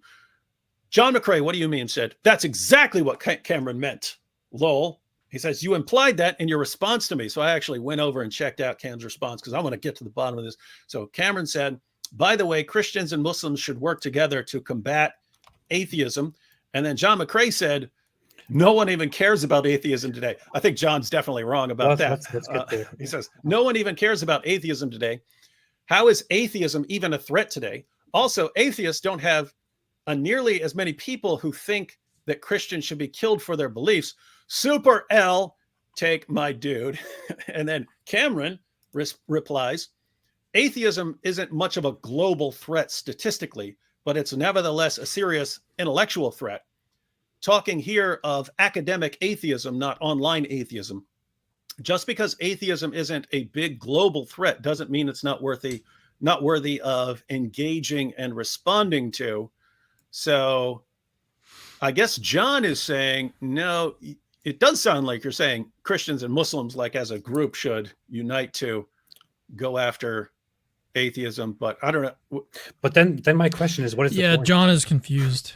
What is the point? Take that, John. We got all sorts of wars brewing. Cameron, what is the point? Why do you want to collaborate with Muslims against atheism? So what exactly is the point of the collaboration, and what exactly is the point of combating atheism, and then taking it so seriously that you want to have such a collaboration? Good question. I mean, it kind of goes back to what I was saying at the very beginning of the stream, which is that my ministry, Capturing Christianity, I defend mere Christianity. And part of mere Christianity is defending theism. So I want to, as a Christian, spread theism. I mean, that's a logical concomitant of Christianity. So, and theism is something that Muslims and Christians have in common. And so my thought was, I mean, there's a lot of infighting that I see between Christians and Muslims online. And so I thought, as a change of pace, it'd be fun as an intellectual sort of thing for Christians and Muslims to work together to respond to some atheistic arguments, or maybe even forward arguments for the existence of God, work together in that way. I was not trying to imply that Christians and Muslims should stop arguing about what's true theologically. I never meant to imply that. I guess kind of see how people thought that was implied. That's not what I meant, but that was the idea behind my tweet. AP, I actually wanted to ask you something. I mean, it sounded like the reason that you gave is that if Muslims do become this sort of global power, then the concern is that Christians, atheists, people that are not Muslims are going to be persecuted. And so that's why we shouldn't necessarily partner with them to combat atheism.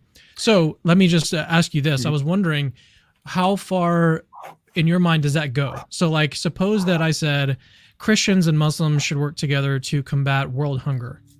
Would you say, don't work with the Muslim because, hey, if they get in power, they're going to persecute Christians? Or would you be okay with Christians and Muslims working together to like feed children? No, I would be completely okay with that, but I think that would be so the comparison is we're comparing different things here, because when we talk about, well, yeah, I'm asking how far would you go? How far would I go in? He's asking what would it be okay for Christians and Muslims to be in agreement. See, that's a strange question. I mean, you could, of course, come together and work together in terms of humanitarian issues. You could come together if there is a serious Muslim population and a serious Christian population, come together and work on, creating an environment, a society that works for both of them. But that is the whole issue. The point of collaborating with Muslims, or Christians and Muslims coming together to collaborate to combat atheism. That just seems like it is something that comes out of the blue, and it becomes problematic because we are specifically talking about an intellectual fight here of atheism. And when you come to the intellectual fight here and the fight between certain beliefs or the lack thereof, you have on the one hand the Christians who, I mean, we see how Christians perform in the world right now with other religious groups, and then you have Muslims, and the general attitude that you get from Muslims is not a very respectful one. Is that Christians are, I don't know, extremely deluded, engaging in polytheism, dirty often is the usage, and so on. So I simply do not understand the point of focusing just on atheism and then going so far and having an intellectual collaboration between Muslims and Christians. I don't understand the point. Yeah, so my goal is to... Sorry, go ahead. My goal is to, I mean, I'm very open about this. I'm a Christian. I want to make more Christians. I want people to believe in Christianity and be saved. And so I was thinking of an analogy that might help. So like, suppose that there's this neighborhood, okay, and Christians live on one side of the street, Muslims live on the other side of the street. Atheists are sort of walking, or they exist on the outside of this neighborhood, okay? And so Christians, the idea would be that Christians and Muslims could come out of their houses, walk to the end of the neighborhood, and try to convince atheists to, hey, at least come be with us on the street. Like, you may not go directly into, the Christian side or the Muslim side or whatever side, but you can at least like come and join us on the street here. And then you can decide at that point what you want to do, if you want to become a Christian or a Muslim. And then at that point, there's going to be additional people coming out of the houses. They're going to be like, no, you need to come to the Christian side. And then there's going to be Muslims saying you need to come to the Muslim side. And then I kind of let those debates happen. But I'm saying I'm going to go partner with the Muslims, not just with Muslims, but I'm going to go partner with other people that have these sort of same goals to get them into our houses. And so that's kind of the idea. Okay, so here is the issue that I actually have with it, and that I initially thought of when I saw the tweet. I'm just getting back now to how I internally reacted to that when I first read it. So what it looks like is you see a problem with atheism, intellectually speaking. You want to combat atheism because you consider it a global, intellectual threat.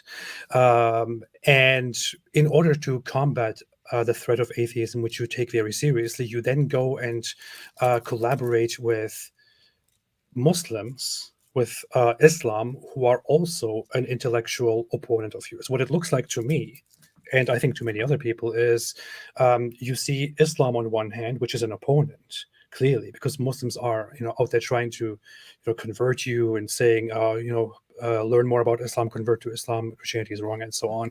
On the other hand, you see atheists, and you decide, well, we have the two of these. Atheism is the bigger problem.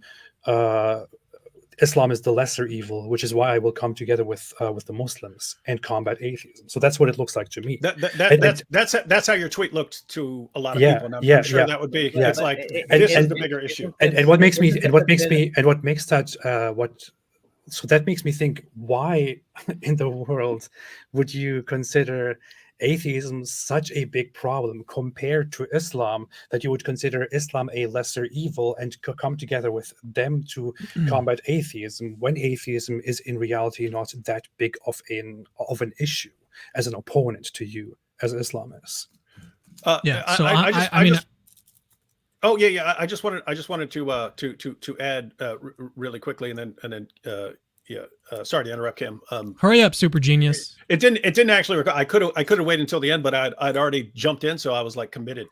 But I think a lot of this has to do with who you're primarily interacting with on some level. If you're constantly having discussions and arguments with atheists, and you're posting stuff that has to deal with atheists, a lot of the negative feedback you're going to get is from atheists. You're not going to be getting tons of disagreement from Muslims because they're actually going to agree with a lot of what you're saying. And so if you're thinking, what do I want to focus on? It'll probably be the atheists who are sending you nasty comments about, oh, you got to have your sky daddy, right? And so you'd be thinking in terms of that. If you're primarily interacting with Muslims, you'll have, I mean, if you're a Christian and you're criticizing Islam, you'll actually have lots of atheists who are on the same page as you. You'll still get the comments from atheists going, oh, you're arguing with a Muslim. It's, oh, my sky daddy's bigger than your sky daddy, lol. You'll still get that, but you'll have lots of atheists who are cheering you on because they want you to refute. Islam.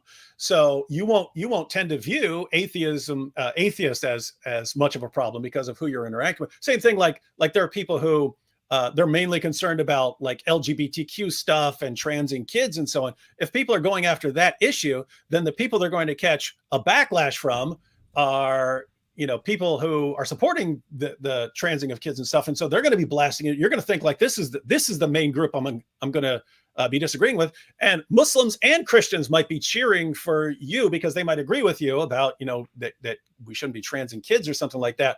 And so it seems like whoever you're interacting with, the main negative response you're going to get is from that group that you're criticizing, and you're just going to have a more negative reaction towards that group. And other groups, even though if you were disagreeing with them, they might be flipping out on you too, but they're not. And so you might think, oh, that's the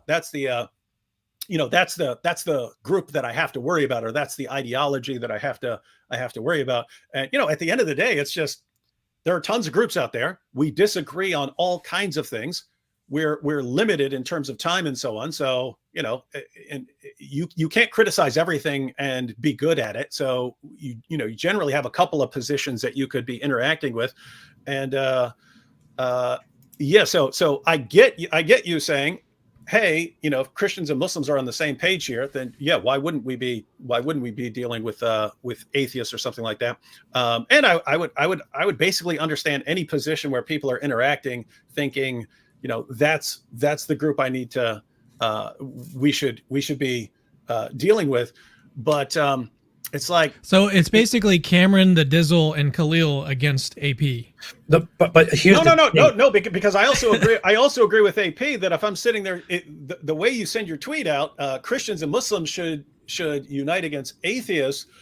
I'd be thinking like AP. It's like, well, what am I more concerned about? I have to say, I don't view atheism as a tremendous threat. I can see why you, at an ideological level, is a big concern, especially since atheism has been growing pretty rapidly. I've even seen Muslim scholars warning about underground atheists in Muslim countries, that there are actually a bunch of closet atheists in Muslim countries. So I understand being concerned there. I don't think. Let me put it this way, and then it's pretty much all I'd have to say on this issue. You talk too much.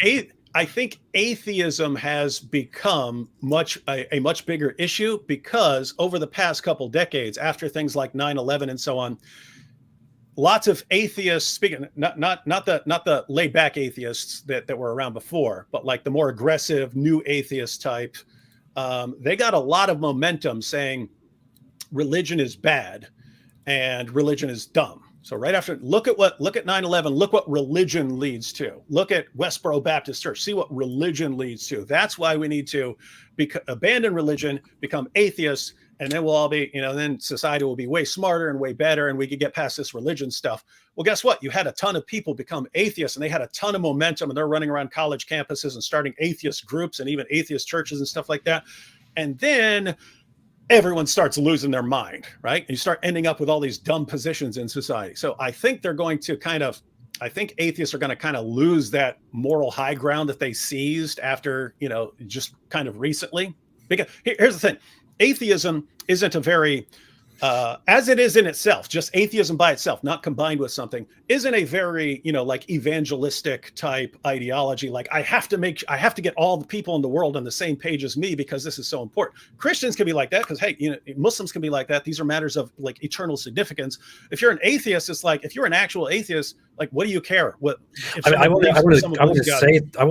to say to that. I mean, the average atheist out there, in terms of belief, the main concern of the average atheist right now is just let me be an atheist. Just leave me alone. Yeah. So, and by the way, AP, that was like standard atheism before the rise of the new atheists. Most atheists were like, I don't care what other people believe, but I don't need your crutch and stuff like that. But I don't really care what other people believe. If you believe in Jesus and that makes you happy, go for it. I don't care. That's what atheism was like. And then you got the more aggressive types. No, everyone has to be ridiculed into seeing things our way. And so they got that momentum, but I think they're going to lose that momentum. And I think atheism over time is going to go back to hey, as long as it's not negatively, horribly affecting me, because that's what it became, right? Hey, as long as other people aren't messing with us or killing us or something like that, who cares what they believe? And then it became, you see 9/11, the religious people are going to kill us all unless we radically transform society right now. And I think I think they're going to lose that momentum, and then it's going to go back into a calmer kind of atheism. You still want to respond to it because atheism is dumb no matter what. You're right. You're right. No, you're not right about that. But you're right that. No, AP just said I'm right when I said I said atheism is dumb. AP said I'm right. Maybe it is dumb. I don't know. But so the issue is most atheists out there are not people who want to go out there and proselytize and tell people, hey, why do you believe in religion? Stop it. God is dumb. You shouldn't believe in this anymore, and so on. So most atheists don't even care.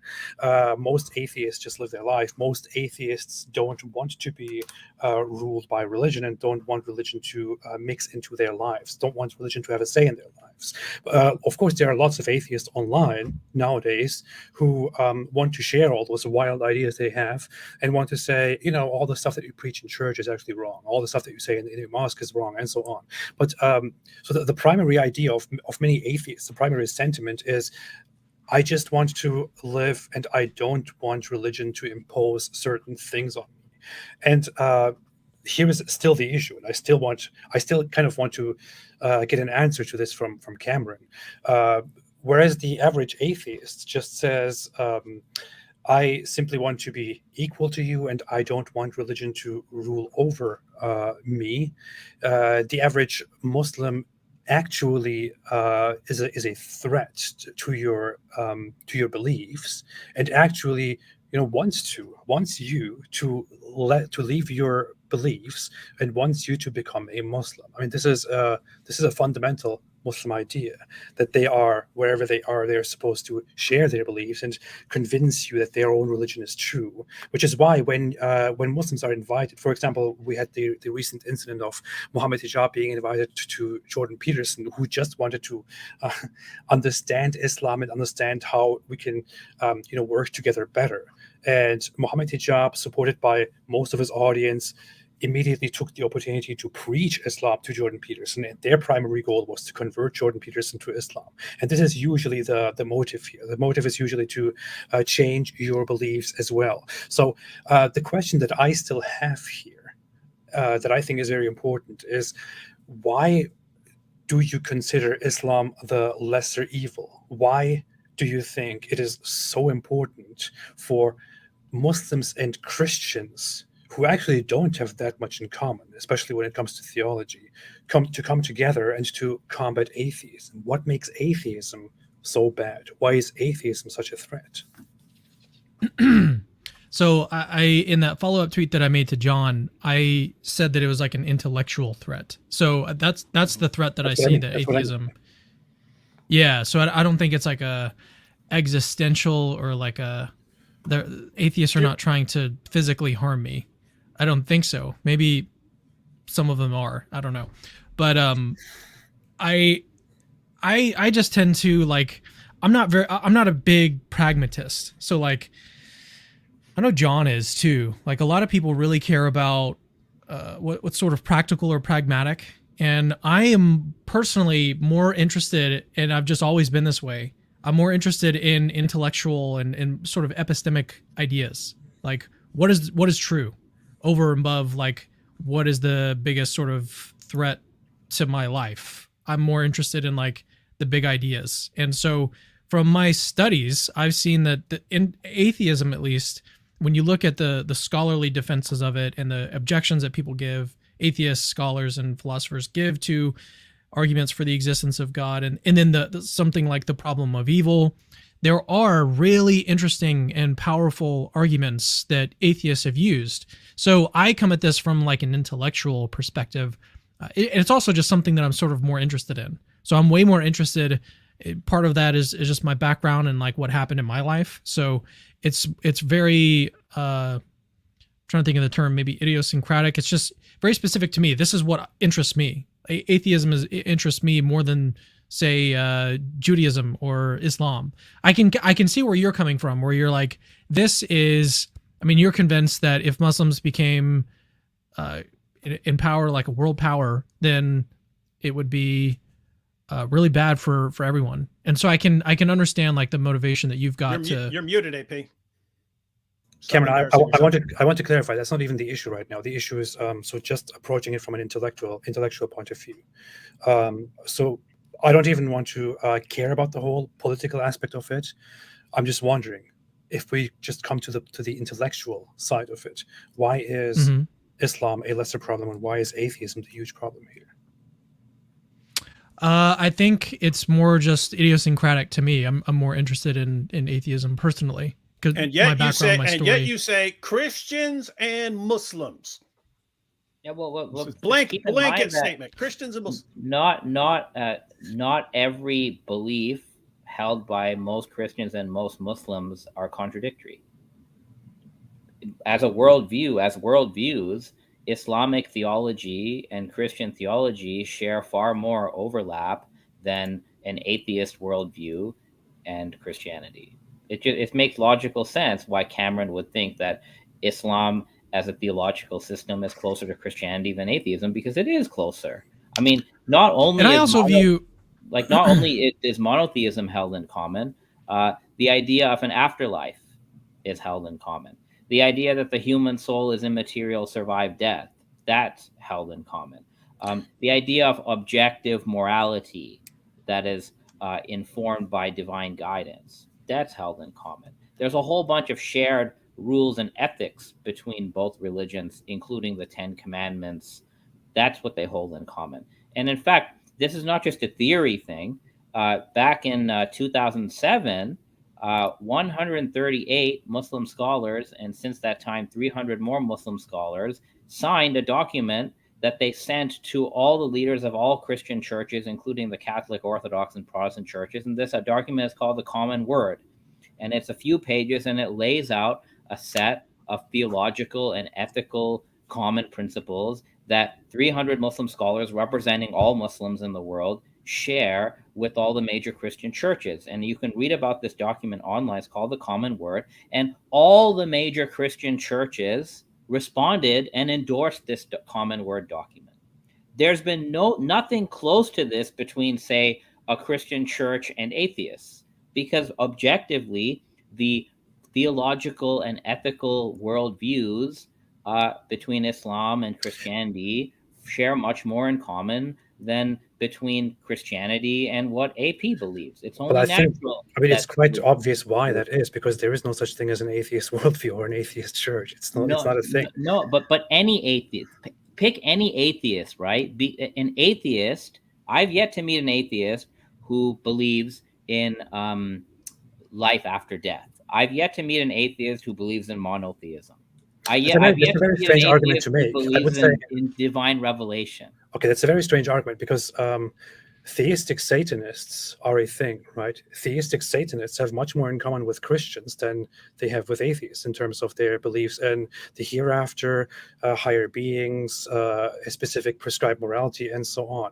Would you therefore think that it is a better idea for Christians to work together with theistic Satanists than with atheism. So would you think that from a Christian perspective, that would be the lesser evil? It all depends on the issue, right? See, Cameron laid out the issue. He said to combat atheism and ism. He didn't even say atheists, to be fair.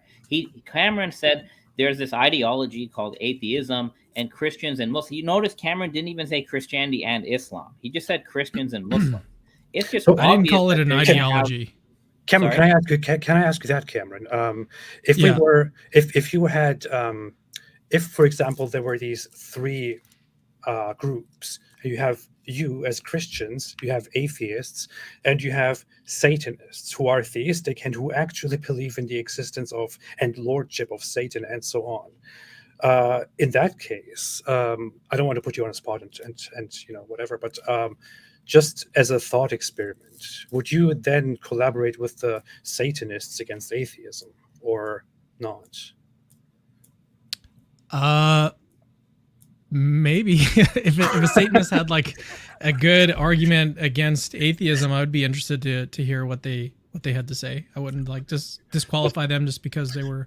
Cameron Bertuzzi teams up with Satanists. But that's not the point. But that's not the point. So the tweet the Catholic Church, at least since 1960, the Catholic Church has been talking about there being some truths within Islam. They write the plan of salvation includes Muslims. I mean, these are like major church teachings, and Cameron is just being consistent with what the Catholic Church has been teaching for like the last 50, 60 years. I don't know what is so controversial about this. Cameron, if we took this tweet here and said, by the way, Christians and Satanists should work together to combat atheism, what do you think? Do it, Cameron. Tweet it. Maybe I'll just tweet that tomorrow and we'll do another stream about it. I don't know. I don't really know much about Satanism. Are there actual Satanists who like? Yeah, there is a distinction between most Satanists are not really theistic Satanists. They are atheists, but there are they're like parroting. But there are actual Satanists. There are. I've met some of them. Yeah, so most of believe in Satan, and they've decided to be on Team Satan. Yeah. Do Satanists ever argue with atheists though, AP? Like, have you debated a Satanist? That would be funny. I actually have had a discussion. I actually have had a debate before, but that was in Turkish. Tell James over at Modern Day Debate to set it up. He needs to announce that he wants an actual Satanist who believes in Satan and God and so on to debate an atheist. Yeah, that'd be fun. Yeah. That'd be fun. I'd watch that one. Anyway, so conclusion, Cameron, just admit that you made a huge mistake here. Yeah, apologize to atheists. My goal was actually to get David on my side, and it was way easier than I thought it would be. Yeah. So. You just had to clarify some things. Yeah. I just had to literally just explain it for I'll go ahead and say it here. Minute. Everyone should be united in exposing atheism as a bankrupt ideology. On that issue. On everything else, we might disagree, but that's the one thing all four of us can be on the same page about. And other disagreements we'll have, we can do that. We can deal with those. But atheism is done. Did you say all the four of us? Yeah. All the four of us are against atheism. Yeah, remember? No, I haven't forgotten where I said atheism's dumb earlier, and AP said yeah, and then he tried to correct it. True. It was too late. It was too late. But John, why we're doing this? Said this in the chat. I don't know if Cameron remembers this, but me, Cameron, and John years ago on Facebook, we used to be part of some group, and we did actually debate atheists. Like I remember, so we literally have collaborated already on this very thing. Who was and this? I think the thing is that, and that's why I don't really have a problem with Cameron's tweet, because he used like the personal terms Christian and Muslim, right? There are atheists today who actually can help us both. So Joe Schmidt, who's this brilliant philosopher, right? You guys all know him.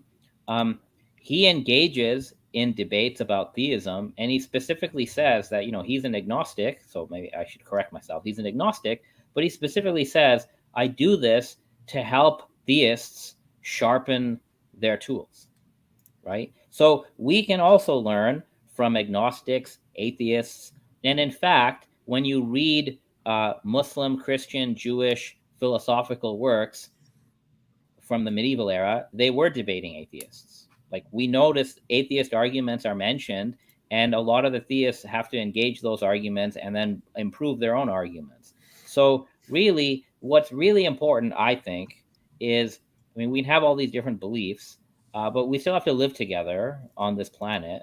And we need, despite different worldviews, we need a cosmopolitan ethic. We need a list of values and ethics that, regardless of our religion, we'll all live by, that will guarantee that all of us have the freedom to believe what we want to believe, to practice what we practice, to do it safely, and that on certain projects like getting rid of poverty, addressing world hunger, addressing pollution, we should be able to use a common ethical framework to come together on those issues. And frankly, I can say this here, it's YouTube, but religion exists outside of YouTube. So yeah, Ali Dawah, Muhammad Hijab, they're like the internet Muslims, but real Islam, real Christianity, and even real atheism, humanism, this is on the streets. This is on university campuses. This is in soup kitchens. This is at homeless shelters. And I've seen it myself. I participate in interfaith stuff at my university. When I was at Harvard, I did that too. Many of you might do that. I've been part of these collaborations. And despite the harsh words being exchanged on a YouTube channel, Muslims, Christians, Jews, humanists, atheists, and others, they're already working together to address problems of a common humanity. And I think that's really what needs our attention. And just because we work together, it doesn't mean we still can't have these debates. As long as we treat each other ethically, then I don't think there's a problem. AP, I wanted to say something else about the comment about the would you work with the Satanist thing. Mm-hmm. I mentioned earlier on that my tweet was never intended to be like, hey, any Christian is going to work with any Muslim to respond to atheism or anything like that. I wasn't saying that like I was going to send a private message to Ali Dawah and try to partner with him on the argument from contingency. You did that. You did that in a video. You tried to partner with him in a video, trying to help him make a better argument. You did that. I tried to. True. I did try to help him out. And then he responded by blasting you. Yeah. So I guess the point is that my standards for someone that I would work with are pretty high. So I've got to find someone whose intellect I respect, whose arguments that I respect. So I don't know that I would find that in a Satanist. So practically speaking, I probably wouldn't work with the Satanist, but with Muslims, I don't think that I would have as difficult a time finding a Muslim who is philosophically inclined and can think through these arguments. I just don't know them. I'm not familiar with a whole lot of Islamic scholars or philosophers. I know Christian philosophers. I know a lot of Christian philosophers like Josh Rasmussen, Rob Koons, and William Lane Craig. A lot of Christian philosophers who meet that standard. But I just wanted to make that clarification. I'm not saying that every Christian should partner with every Muslim. No, that was just talk about atheism. That was just in response to Khalil Andani saying that that Muslims and Christians have this whole thing in common, that they believe in a higher power and the afterlife and this and that. Just in response to that, I wanted to make the comparison to theistic Satanism. Other than that, of Satanists have some things in common. Yeah. Apply the same logic to Satanists. So that's why. But otherwise, I wouldn't think so. That's not really an example. That's not really a question I would ask as an objection to you. Yeah, as far as what Cameron's saying, I mean, you can fight. You just have to be careful, because if you start looking around for a Muslim who defends the contingency argument, you're going to get one of the Dawah guys, and I don't trust a lot of the Dawah guys. But you can find academics like Muslim philosophers and stuff like this who forget the Dawah guys, right? Like, so look, you guys have, so David, you have a PhD. Mm-hmm. Right? Okay. Cameron, you've had people on with PhDs, Rob Koons, Edward Fazer, right? A lot of these people are professors. So what you should do is you should have the equivalent Muslim. So Ali Dawah is not the equivalent of Koons and Fazer, or it's not, right? The equivalent is a Muslim who has a PhD in the relevant field and who at least publishes in journals on these topics. You can find those people. There are people like one person, Dr. Zaripur, he's at University of Birmingham. He publishes on the contingency argument in Ibn Sina, right? There are others like there's Shaf Chaudhary. He's a Sunni philosopher. He just published a paper on divine immutability and prayer, petitionary prayer. We have these people. However, the difference is this. Notice Edward Fazer doesn't have his own YouTube channel, does he? No. Rob Coons doesn't have his own YouTube. So we academics, we tend not to have time to just go on YouTube like you guys do. We only go on usually when someone with a platform invites us. And while thanks to Cameron, the Christian philosophers before Cameron, they didn't really have a platform. Now Cameron started a trend. Now we have 4 or 5 platforms for them. The Muslim philosophers of our day, and there are less of us because we are later immigrants to the Western Academy, but we exist, but we don't have a platform. We only go on when we're invited, and I'm too busy between kids and school. I can't be on my channel all day. So the Ali Dawas of the world, these people, they don't seem to have like a day job. It seems like their only job is to take a camcorder and go to Speaker's Corner and yell at people and upload it online. Sometimes you see them with the camera and like Hijab is driving in his car or something in a parking lot. And that's all they seem to do, right? They just produce mass content. There isn't a lot of quality there. And now Hijab and co, they've realized that they don't have academic credibility. So they're trying to do their PhDs, but they're late to the game, but they're still not part of academia. Like they don't come to conferences, they don't publish. So you need to if you want to have these engagements, which you should, you need to get the Muslims who are actually working in academia in some respect. The issue is you bring up average popular Christian scholars. To equivalent to that, popular known Muslim scholars. I mean, who can we really think of? If I think of the equivalent popular Muslim scholars, we think of... It's not popularity. That's a false equivalence, right? It's not just popularity. So again, Edward Fazer is popular, but he's not popular because he has a 1 million subscriber YouTube channel or that's not what I mean. But when we think of so why is Edward Fazer popular? But why is he popular, right? He's popular because he writes peer-reviewed books in English, right? William Lane Craig is popular because he writes peer-reviewed or at least scholarly reviewed books in English. They're not popular because of YouTube, but the Ali Dawa industry, it's purely YouTube. It doesn't have engagement in any part of academia. Like when something that's sponsored by the Vatican holds an interfaith conference in Germany, I'll just give you an example. When they think of Muslims to invite, they don't invite Hijab or Ali Dawa. They actually invite people like me, right? At the American Academy of Religion or at the Evangelical Theological Society, you don't see the Ali Dawas over there. There are people in my I'm aware of that. I'm aware of that, but I'm not popularity, I'm just saying popularity is not a reflection. No. I'm not saying. I'm not talking about Dawa people. I'm not talking about random YouTubers. I'm taking into account what you have just said. I'm specifically talking about scholars, about academics in Islamic fields. Okay, Hamza Yusuf is a great. Can you tell me? I don't know. 5, 10. Can you list me some of the most popular Muslim academics? Just a few.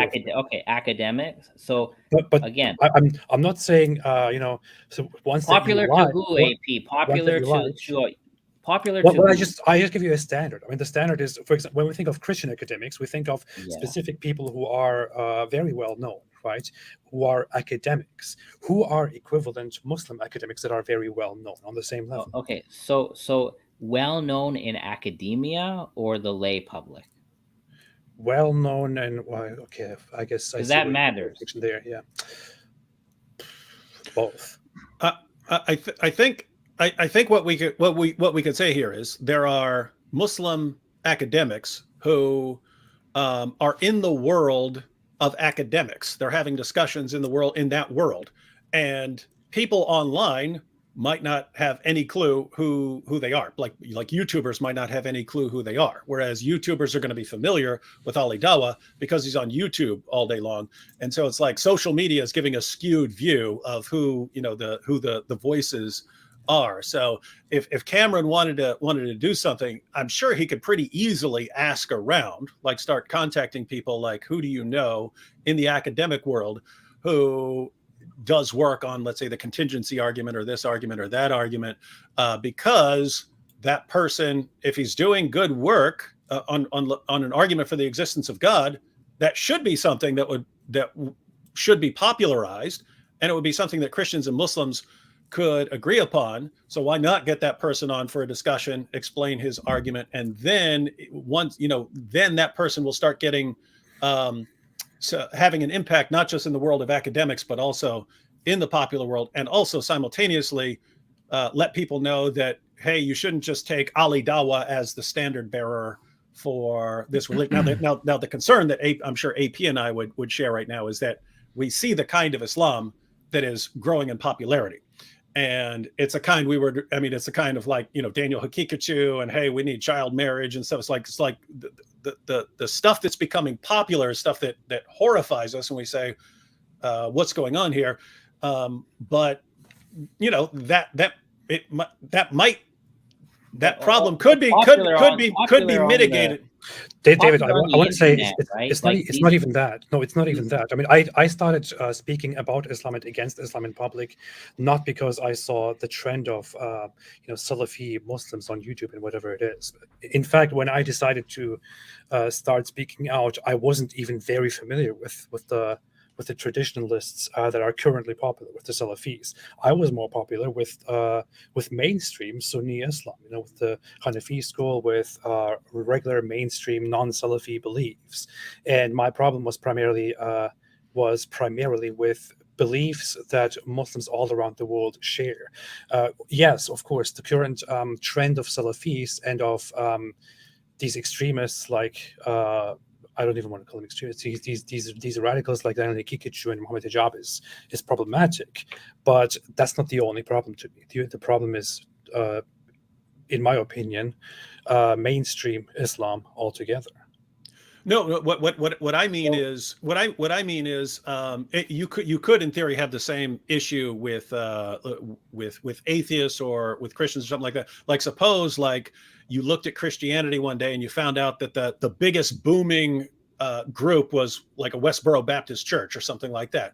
Well, then you probably want to be concerned with that and dealing with that. And if you notice that things became skewed towards that view, you might want to ask, well, why is that? And if you could maybe do something about that, then you should. Because I'd like a world where Daniel Hakikachu and Ali Dawah and Mohammed Hijab are not the most popular voices for Islam. I'm not sure, but notice, they're the ones who are becoming massively popular, and so what do you do about online that? Sphere, right? So in the online sphere, not just online. That's their focal point, right? Like, but okay, then let me ask you this. Actually, very crucial question. Ali Dawah Mosque, right? Like, there's no Ali Dawah Community Center. There's no yet. Ali Dawah. Not yet. I know, right? But for example, that would be terrible. Yeah, it would be. But the thing is that if you want to judge the popularity of a certain type of religion's interpretation, you can't just look at a YouTube channel or Twitter account. You'd have to look at spaces, like physical spaces, congregations. You'd also have to look at where are the imams of a mosque being trained? Like, who's giving them certification? So right now, I want to ask you one thing, Khalil. I want to ask you one thing. Since we are coming to what the general population or what most Muslims actually hold.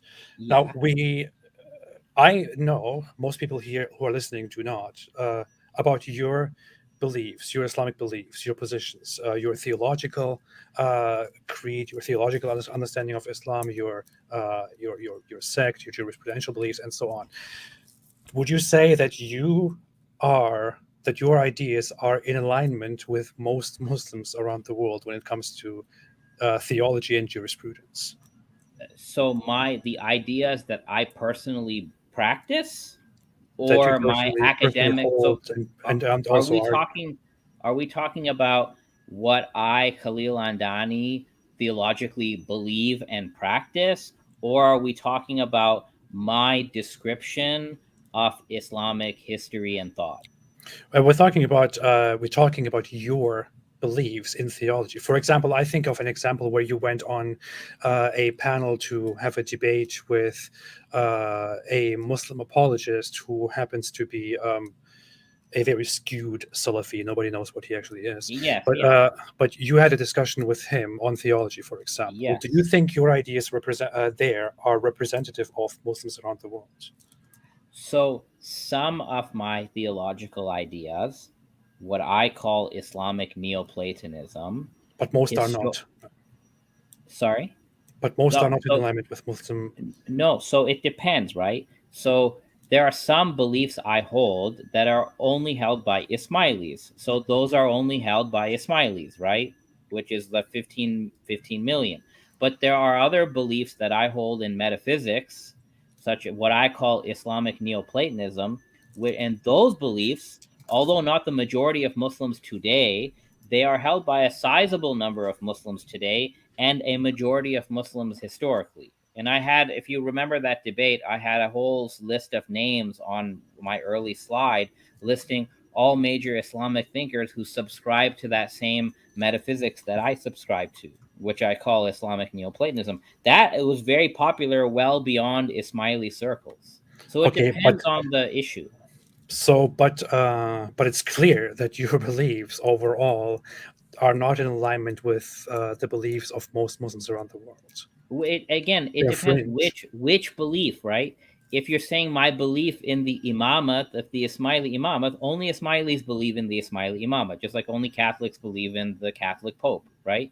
But if you're talking about my metaphysics, which is not Ismaili specific, then my metaphysics is actually quite popular among Muslims historically and to a continuing degree contemporarily. But not representative of most Muslims around the world. I mean, we'd have to do a study on, if you're asking about Muslims now, I don't think many Muslims know what their metaphysics is. But if we checked what sources are Muslims learning their metaphysics from, we'll find that a sizable number of Muslims today continue to deal with metaphysics inspired by Ibn Arabi or something in that tradition. And to that extent, my metaphysics, I don't know if it's a majority of Muslims, but it's held by a sizable number of Muslims. Yeah, so I would say that they are largely not representative of what is preached around the world in Muslim mosques and Well, to be schools. fair though, mosques don't really preach metaphysics. Metaphysics is I mean, learned.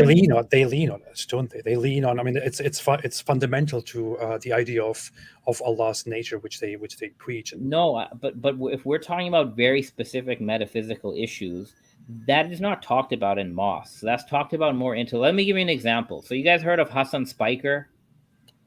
who? Hassan Spiker. So Hassan Spiker is a mainstream, traditionally trained Sunni Muslim scholar and academic. He's an English convert. Okay. So he has like traditional Sunni Muslim training. He identifies as an Orthodox Sunni Muslim. Just Google him if you don't know who he is. His metaphysics, which he calls the metaphysics of Ibn Arabi, is almost the same as my metaphysics. And he just wrote a book about metaphysics where he responds to Western Kantian anti-metaphysics with Ibn Arabi's metaphysics. And you can even see he has a diagram on Blogging Theology, and his cosmological diagram is very similar to the diagram that I was defending in my debate with Jake. And Hassan Spiker is a traditional Sunni Muslim. Hamza Yusuf, very similar idea. Hamza Yusuf is also in line with this Akbarian type of metaphysics. So it really depends where we go, who we talk to, and so on. Okay, yeah, understandable. All right. So that's But another guy Cameron could talk to, right? Hassan maybe, Spiker. maybe. We have all these people who are not Ali Dawa types, who are actually well read, who've written books, articles, who are soft spoken, who can have a great conversation. People didn't know this. We had a whole conference in 2022, I think, on the problem of evil, and we had I think 20 Muslim philosophers, all Western trained academics like myself. We all had a conference on the problem of evil, and we've published a whole book. And it's all contemporary Muslim responses to the problem of evil, all by Muslim philosophers. We don't have a YouTube channel, though, to advertise, right? This is what the Christian philosophers have through people But like why Cameron. would Cameron not just talk to the people from Yaqeen Institute, for example? Why would he not take... I think he should. I think he should talk to people from Yaqeen. They're very problematic. Yaqeen, although I don't agree with everything, Yaqeen, I would say, is a representation of American Muslim leadership. And that is very problematic. He should talk to them. But he can have a conversation with Yaqeen, because Daniel Hakikatu hates Yaqeen, right? All these other people hate Yaqeen. I think you should also talk to Hamza Yusuf, who runs Zaytuna College, which is a Muslim liberal arts college in USA, which is accredited. You should also talk to Hamza Yusuf. Like, if you want to talk to Sunnis, Yaqeen, Hamza Yusuf, Yasser Qadhi, sort of, he still has some Salafi, but he's like a Salafi-oriented Sunni, so you should talk to Yasser Qadhi. But remember, not every mainstream community leader is also a philosopher, right? So Yasser Qadhi doesn't really like Islamic philosophy. He hates it. He's against it. But Hamza Yusuf is all about Islamic philosophy. I think you guys should be talking to these people, because these people have communities behind them. Like, Hamza Yusuf leads an entire academic community. Even Yasser Qadhi does. But Ali Dawa and co, they don't have communities behind them. They don't have institutions behind them. Khalil, did you say a book came out of that conference on the problem of evil? Yes, yeah. What, you remember what it's called? Yeah, it's called Evil, Suffering, and the Global Pandemic, Muslim Responses to the Problem of Evil. It's something like that. It just came out, published by Routledge.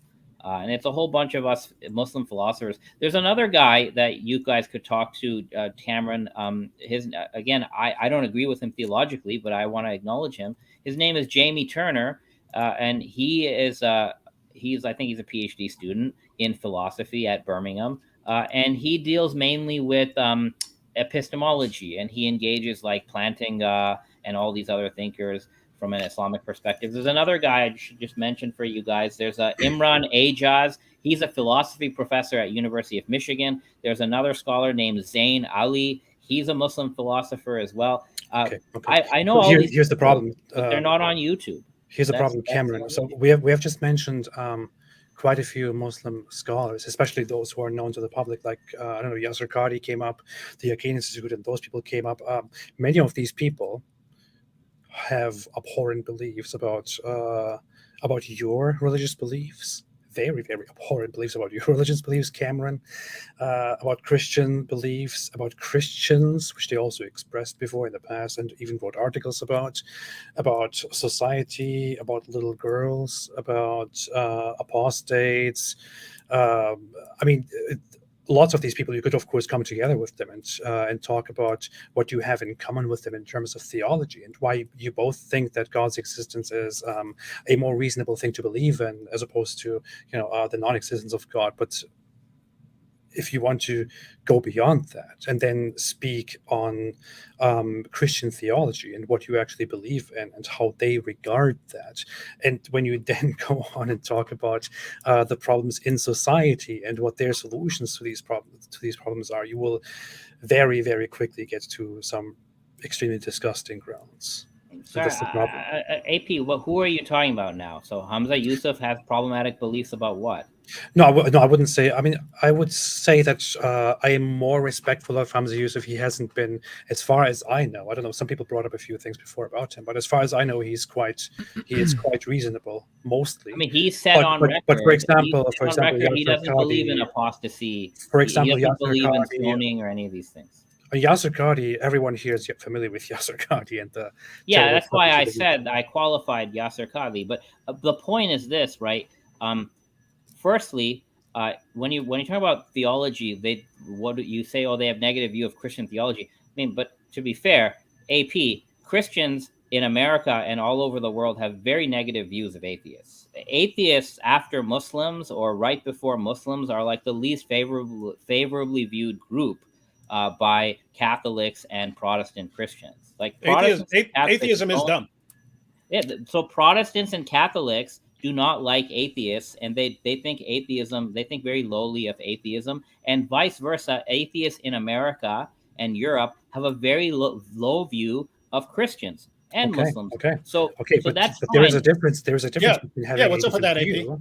There's a difference between having such a view of people and therefore thinking that they should probably change, and then also on the other hand, viewing people who have different beliefs, such as when traditionalist Muslims approach Christians, viewing others as deluded enemies, disbelievers. They don't view. Excuse me, traditional Muslims and so traditional on. Muslims don't view Christians as deluded or as enemies. Okay, they do.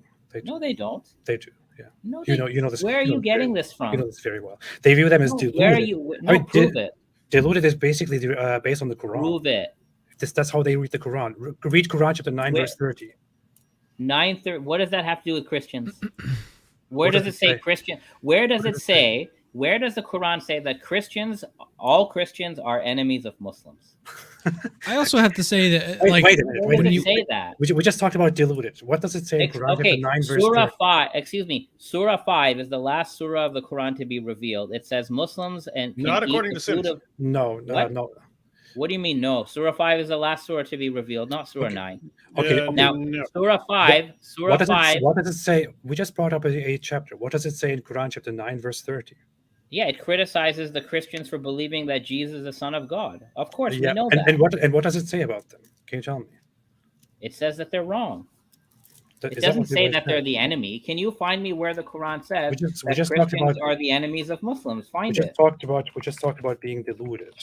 So in Quran chapter 9, verse 30 says, the Jews say Ezra is the son of Allah, which, by the way, no Jew has ever said in the world. And the Christians say the Messiah is the son of Allah. That is their statement from their mouths. They imitate the saying of those who disbelieved before them. May Allah destroy them. How deluded they are. This is literally what Quran chapter 9, verse 30 says. Did I make that up? This is not about all Christians, and you know that. This is about all those Christians who believe that Jesus is the son of Allah. This is about a specific... So it begins in 929, and 929 is not talking about all Christians. And we know this because 929 has the partitive expression min from among the people of the book. That's in 929. Other verses of the Quran say not all the people of the book are the same, and it goes on to praise them. This is in Surah 3. And then in Surah 5, the Quran allows Muslims to marry Christians. Okay, so the thought that Christians are what? Which Christians is this about? Again, 929 is about a specific subset of Christians. Which not Christians? All Christians. It's about the Byzantine. It's about the Byzantines. Where do you get that from? This is what the Islamic sources actually say about 929. It's about the reported invasion of the Byzantines, and it's not talking about all Christians. You can just look at what the Arabic says. Where in the Quran does it say that this is just about the Byzantines? The Quran doesn't have to say that. All the Islamic sources say that. The traditional Islamic interpreters who have, the most famous one is Ibn Kathir, for example, right? What does Ibn Kathir Ibn Kathir comes centuries later, and he's not the most famous. Why do people keep repeating that Ibn Kathir is the most famous? He's not. His tafsir is not even in the top 20. How can he be the most famous? Okay, what are you talking about? When we look at most traditional tafsirs, what I see is that this is generally seen as talking about Christians. Where do you get the idea from that this is only about the Byzantines? The earliest tafsir that we have. Which one? Tafsir of Mujahid. Mujahid? Yeah. What does it specifically say? It says that 929 and 930 are revealed specifically about a group of Christians, namely the Byzantines. And in fact, this interpretation that is not about all Christians is something that is repeated by the scholars of Al-Azhar in the 1930s. That it's not about all Christians. This is a mainstream interpretation. And even then, Surah 5 is revealed after Surah 9, and Surah 5 actually says the nearest in love to the believers are Christians. And what does it say? And what does it say in verse 72 to 75? It criticizes Christian beliefs, but again, does a lot of those criticisms. What? It only criticizes them. What does it specifically say? Do you want to go there? Yeah, let's go there. But I'm telling you that in Surah 5, verse 82, it says that the Christians are the nearest in affection to the believers. So this is proof that obviously the Quran is not against or calling all Christians deluded. Otherwise, it wouldn't say that. That's a very interesting point. What does it say about the Jews? Again, it's talking about the Jews in certain groups of Jews in Medina. So when it says something good about Christians, it is talking about Christians. But when it says something bad about you're Jews totally in the same missing. context, you completely misunderstood what I said. You are claiming that Surah 9 condemns all Christians. That is your claim. And then you're further claiming that all Muslims today see Christians as deluded. Both of those claims are false. We have that. You connected this to the other, to your other evidence, which you cited, which says that Christians are nearest in affection to Muslims. Which do you use as evidence that Islam is actually viewing Christians in a good light? But you disregard. I'm using it as evidence to counter your prior claim that the Quran condemns all Christians as deluded. Okay. It clearly cannot be the case because the Arabic doesn't say that, and we have another verse that praises some Christians. So what the Quran does is some Christians. Okay. Yes. What is the Islamic attitude towards Christians in general? The Islamic attitude toward it depends. Who are you asking? I mean, what is the Quranic attitude? What is the Quranic attitude towards Christians? Okay, the Quranic attitude to the people of the book is to say that some people of the book are righteous and they believe in Allah and the last day. Surah 3, verse 113, and other verses say that. Okay. Other people of the book, the Quran criticizes for certain things that they do. There are certain Byzantine theological ideas that Surah 5 criticizes, which is in some of the verses that you point to. Which things? Which what? Which things? Which things that Christians do? Guys, just so you know, this would be a pretty big discussion on this issue. What is the Quran on this, and as far as bringing up, going through the verses and so on. And I'm pretty sure we view things very differently on this. So I would recommend saving this part of it for like a future discussion, because my only point is this: it's a real stretch to read a verse of the Quran and say, this means all Christians everywhere at all times are deluded, and then say, therefore, based on this reading, all Muslims today who believe in Islam view Christians as deluded. I mean, just read this Quran verse. And to be fair, okay, that's fine. We can conclude this with this. But to be fair, you can you're an atheist. Many Christians view your beliefs as misguided or deluded. Okay, it doesn't matter. You view theists' beliefs as deluded or misguided. So even if you thought a belief was deluded, like a flat earther, it does not require you to treat the person who has the belief with no human dignity and respect. Well, I mean, fighting people based on their beliefs, condemning them. Islam doesn't teach you to fight people based on their beliefs. Where are you getting this from? I mean, your interpretation of 929 is that it's only for specific Christians, but that's not the general Muslim idea. In Muslim society, did you have an all-out, all-time war against all Christians? No, it never happened. You generally had a war against Christian societies altogether in order to spread Islam by invitation or by force. Muslims. Okay, do you have any reports that in a Muslim society every night a Muslim militia goes out and slaughters every single Christian? It never happened. No, because that's not how it works. No, your reading of the Quran is wrong. Presenting a very specific scenario which is unrealistic and wrong. That's not how it works. You are reading the Quran in a way that no Muslim has ever read the Quran that way. No Muslim has said that's how I 929 means I'm going to go out and kill everybody based on their soul beliefs. That doesn't make any sense. That's not what I said. What it is. That is what you said. You just said fighting people. That's what you said. Guys, Have I just said that this is how Muslims read the Quran? That Muslims go let me out and repeat. fight people? I No. said that What I even if, said, what I said is, please don't put words in my mouth. You are being very disgusting again. So but let you me said that. that's not what I said. Please shut up. Stop with that nonsense. So what I clearly said is that the Quran tells Muslims to fight those who disbelieve, who don't believe in them, who don't adopt the religion of truth from them, which is specifically what chapter 9 verse 29 says. So the whole idea that this is just about specific people is a complete lie. In Islam, No, that is Islam, what you just said is a lie. What you just said is a lie. All right. Yeah. Let's do this. Let's do this. Yeah. Let's show your dishonesty to Yeah, everybody. let's go to 929. 929. Okay. 929. Okay. Quran 929, right? Let's read what it says. You really want to do this here with us. Yeah, read it. Fight against those who do not believe in Allah or in the last day, and who do not consider unlawful what Allah and His Messenger have made unlawful, and who do not adopt the religion of truth from those who were given the scripture. Fight until they give the jizya willingly while they are humbled. Khalil Andani, according to this Quran verse, what are the conditions that these disbelievers have under which it makes it obligatory for Muslims to fight them? Okay, so this says, number one, there's a group and they have a description. There is no group here at all. What does it say here? What are the requirements? Okay, then I'm sorry you don't know your Arabic, because first it says Allah. It says right here Aladina.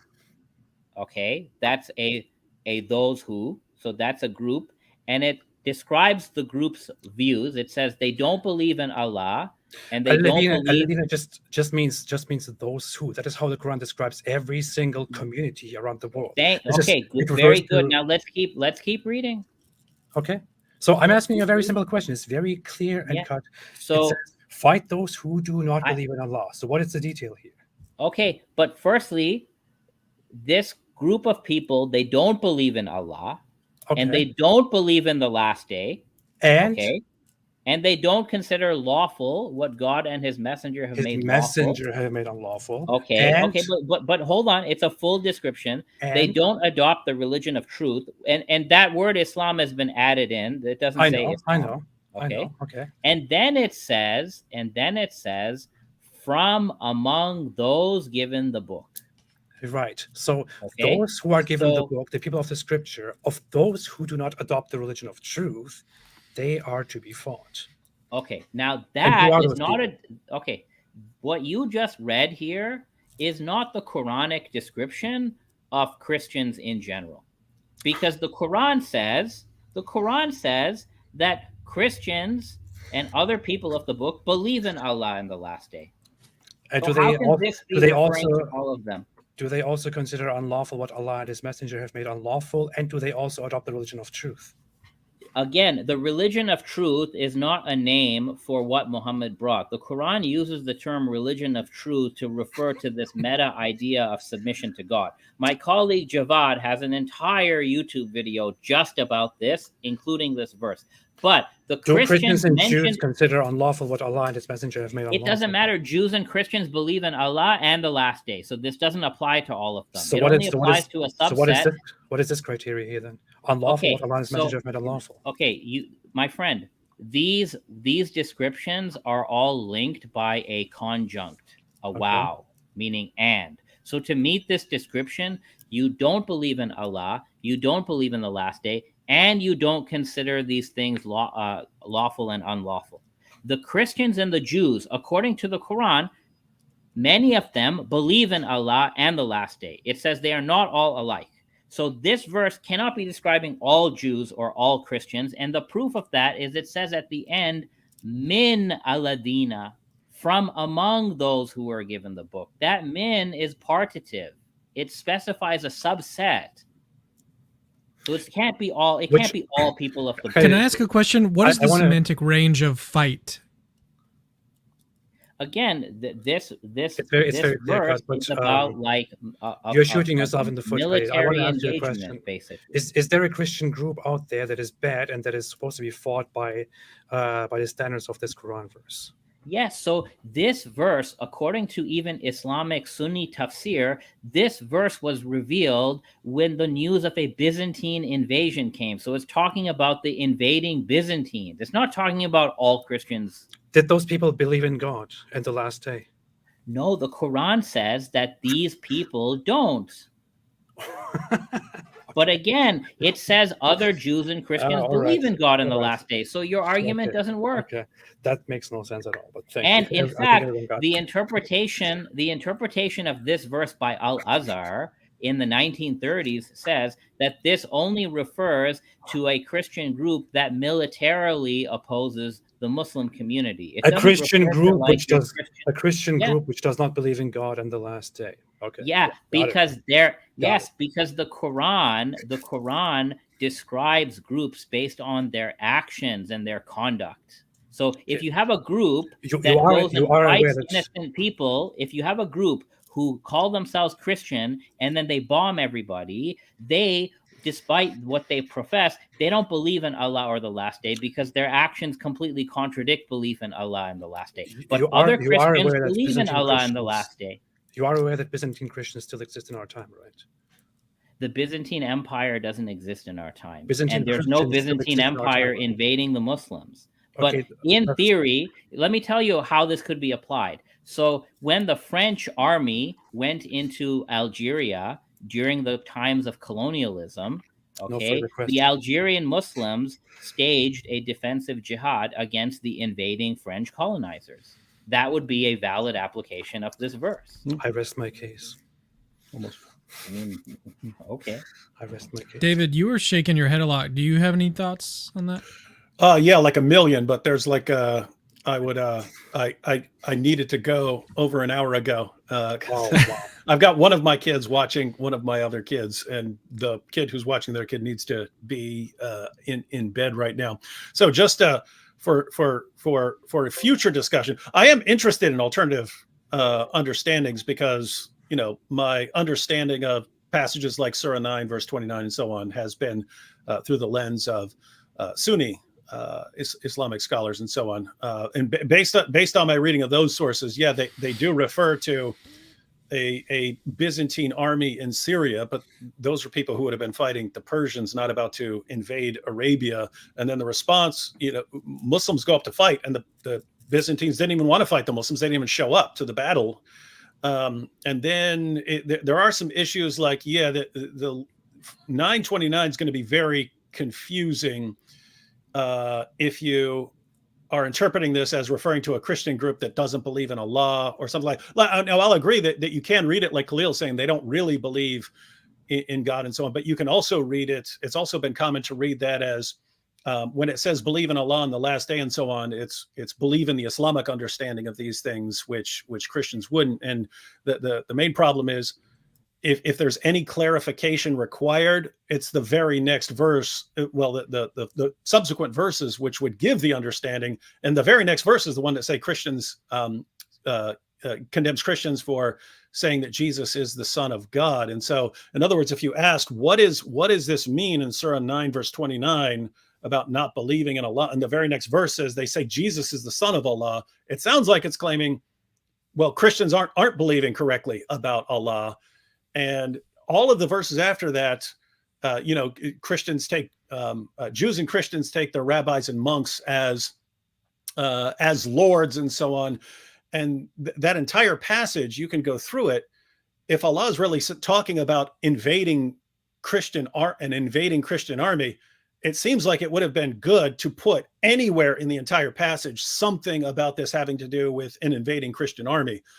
Because every single criterion for fighting people in the entire passage has to do with basic Christian beliefs or practices, or basic Jewish beliefs or practices, or in this case, beliefs that no Jew has ever had. And so, I know Khalil could respond, but I do have to go. But I just wanted to sort of state my view in a nutshell. I would be totally open to having a pretty straightforward conversation about it in the future. The Quran is orally recited speech that's recited in a very time-place situation. It only becomes a book later on, right? So you can't apply the standards of a self-contained book to this document. So at that time, after this news of a Byzantine invasion has been spread around, these verses are revealed, and the audience knows exactly what's being talked about. We are just removed because we're engaging the Quran in different format. Now, just for people's records, several tafsir actually say it's about a Byzantine army. So Mujahid ibn Jabr, he died in the year 722, the earliest tafsir we have, Sunni, proto-Sunni. He says it's about the Byzantines. Tabari says it's about the Byzantines. That's fine. Bagawi says, even Ibn Byzantines Kathir, were not invading. even Ibn Kathir says it's about the Byzantine army. So the tafsir actually, it doesn't say it's only about them. No, but that's the historical moment the verses reveal. I know, but it never says. Right, but this is from a Sunni perspective. This is the eternal speech of Allah that is handed down in certain situations. The Byzantines were invading. No one wanted Arabia. The Byzantines are up in Syria because they want to fight the Persians. And then Muhammad gets the command: fight those who do not believe. And if this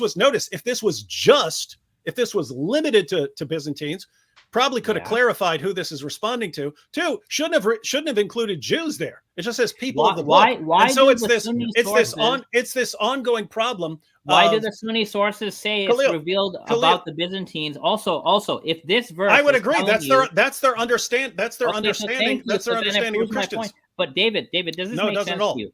So this verse, if you guys, I've seen you guys do this on YouTube. Mm-hmm. This is like your bread and butter argument. So you tell all these Christians in the West that all Muslims have a duty. I've never said anything about all Muslims. I have never said any of that stuff. You say that Muslims. We have never said any of these things. Okay. I say this is what Islam teaches. We have never said any of these things. So you say that Islam teaches Muslims to kill Christians. No, because they are Christians. No, I say no. I've never said that. Islam in 929, and again, I really have to go. Islam in 929, and especially if you associate with the Hadith commands, if you were to take into account all things like various stages that Muslims can be in different status, different levels of strength in an area, and so on. If you put it all together, this is what. And I can pull out books where at least Sunni scholars would agree with me that jihad proceeds in stages. If the Muslim community is weak and can't fight, who's the first guy to say? Who says this? Because now, if you want to play the game, no. This is the only way I can even make sense of the Quran. But the Quran doesn't say it doesn't have these stages. Right. What you have in the Quran are a bunch of totally contradictory passages, and the way to make sense of them. Yes, it is. And the Quran has a very let me clarify. Come on, you guys talk for a while. Let me just break it down. I have to go. My understanding is, and if you can make sense of the Quran in a different way, I'd be totally open to it. This is the only way. This is the only way I've seen, and I've invited you to have a discussion on this. But the way I understand it, the way I can make sense of it is based on the strength of the Muslim community. If you're not strong enough to fight, no, you don't fight. You don't walk around killing people. You don't do any of that. When you're strong enough to wage defensive jihad, then you wage defensive jihad, meaning other people have to do something to start it. You don't just go out. You just don't go out and fight. But then you have the final marching orders, passages like "fight those who do not believe," and that's offensive jihad. And there you're fighting people specifically because of their beliefs and practices. And so I'm reading that, and let me put it this way: if that means something else, if fight those who do not believe in Allah means something else, and if the justification for fighting them, is that Christians say Jesus is the son of Allah, that really sounds like it's a call to subjugate when the appropriate circumstances arise, namely when the Muslim community is the dominant, strongest party. Then you can reduce people to dhimmi status, but it's fight them until they pay the jizya and feel themselves subdued. So it's not slaughter them. You fight them until they acknowledge their second class status and they agree to pay you.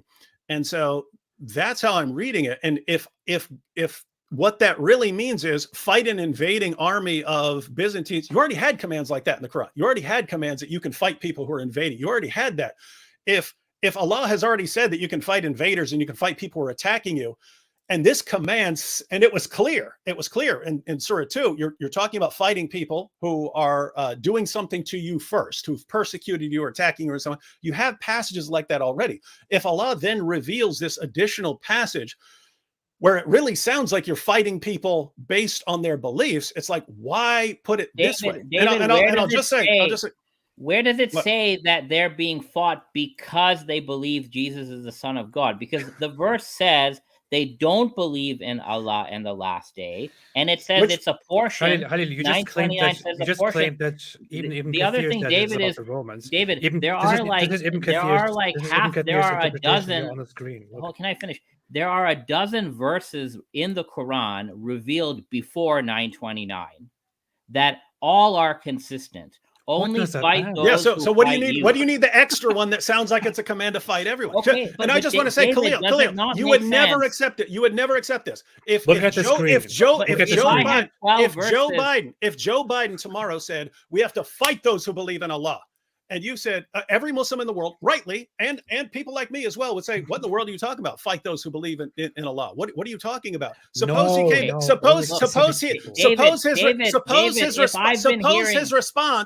response is just, no, I only meant Boko Haram. Be like, well, you really need to clarify that. You really need to say that. You really need to make that that very, very clear. Look, there are at least two things that make it clear. Number one, for past 20 years before the verse is revealed, at least 12 times, maybe more, the Quran is very clear: only fight those who fight you and do not aggress. And the Quran is also clear on abrogation, that these verses can be abrogated. Really? Can you tell me where it says? Surah 2, verse 106. No. Tell me where it says 920. No, tell me where the Quran says 929 has abrogated all the war verses before that only permit the Quran never says this verse abrogates that verse. You have to look at it and say this one came later than that one, and it says something different. So we can't assume an abrogation. So what you have is the Muslim community has heard orally a whole bunch of rules of war that repeatedly prohibit them from fighting someone offensively, and they're only allowed to fight in defense. That is not true. It is true. Secondly, show me where it says that. The Quran in Surah 5 and let me finish, man. Show me where it says that. Before 929 and even after 929. Show me where it says that Muslims are forbidden from fighting those who do not fight them. Show me where it says that they are only allowed to fight those who attack them. There are multiple verses on this. Surah 2 verse 190, Surah 2 191, 192, 193. There are verses in Surah 8 that say this: do not aggress. Fight them only if they fight you. I mean, like, this is very well known. It doesn't say do not aggress. It says do not transgress. Those are completely different things. It says do not aggress. God does not love the aggressors. No, it doesn't. It says only fight them. No, it doesn't. AP, it says only fight them if they fight you. And this is not just my opinion. Do you think this is a translation the opinion that I made up? of all academic scholarship? All academics? Yeah, all academics say this. What does it say here? What does guys, it say here? I gotta dip out. Just want to say bye to everyone. But Khalil, I'm totally open to sitting down, bringing out the passages, reading through them. Wow. I could share my interpretation. This word means aggression, not transgression. Oh yeah, this is just my. These people were too dumb to put the real words here. Okay, hey, I'm gonna head out too. Thanks for the invite, AP and Khalil. I'll see you later. Okay. All right. Bye, everybody. Thank you. Well.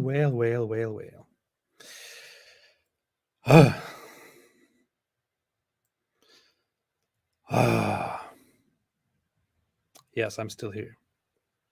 Yeah, so that was a very clear lie. I don't know. At some points and during the discussion, I became very, very impatient. Because when he interrupts and when he twists my words, I mean, where in the world did I ever say every single Muslim out there wants to go out and kill Christians? Or every single Muslim out there wants to go and stone people? I never said such a thing. Completely made up. Straw man. But yeah. What? Did I kick him out? I didn't kick anyone out. What are you talking about? I just finished the whole thing together. I thought that they're done. I didn't kick anyone out. If he wants to come back, he can come back to clarify that. But I'm about to leave, and I want to give a quick monologue and run down of a few things. No idea what that claim is about. No, I didn't kick him out. No.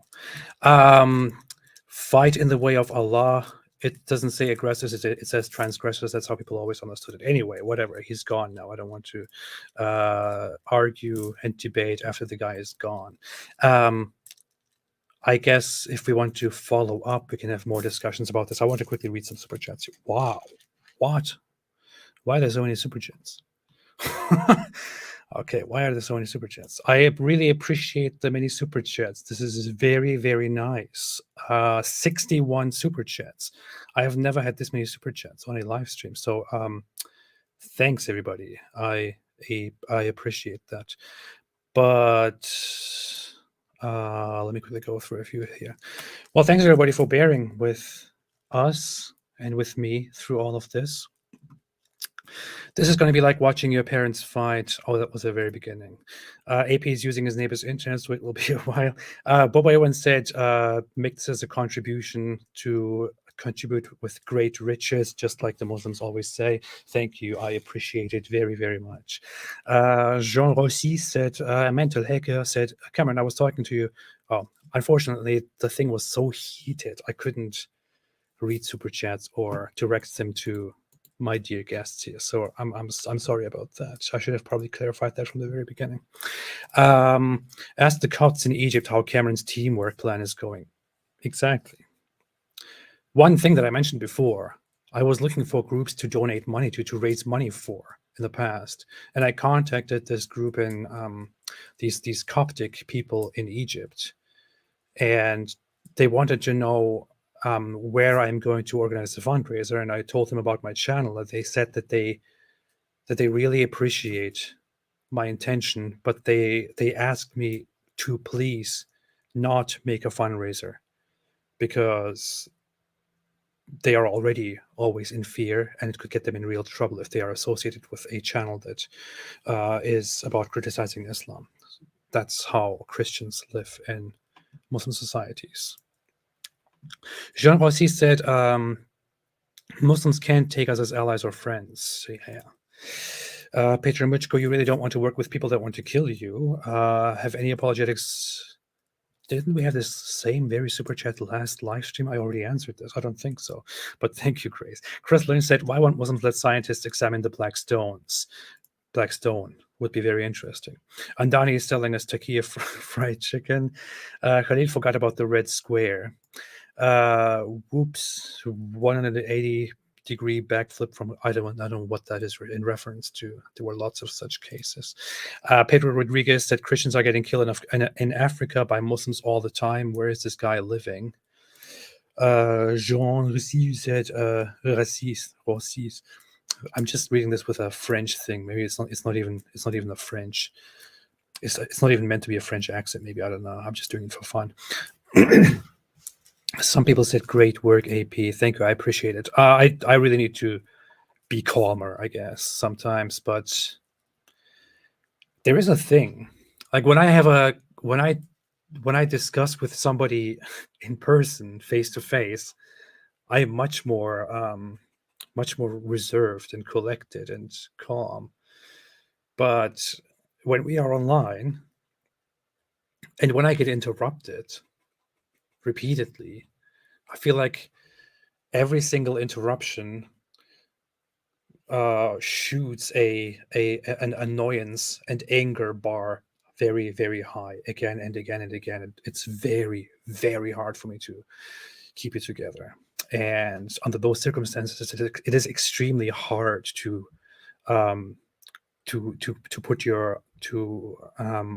put your words through, to put proper sentences together, to make proper arguments. It's just very, very hard when you sit here. But yeah, I need to work on that.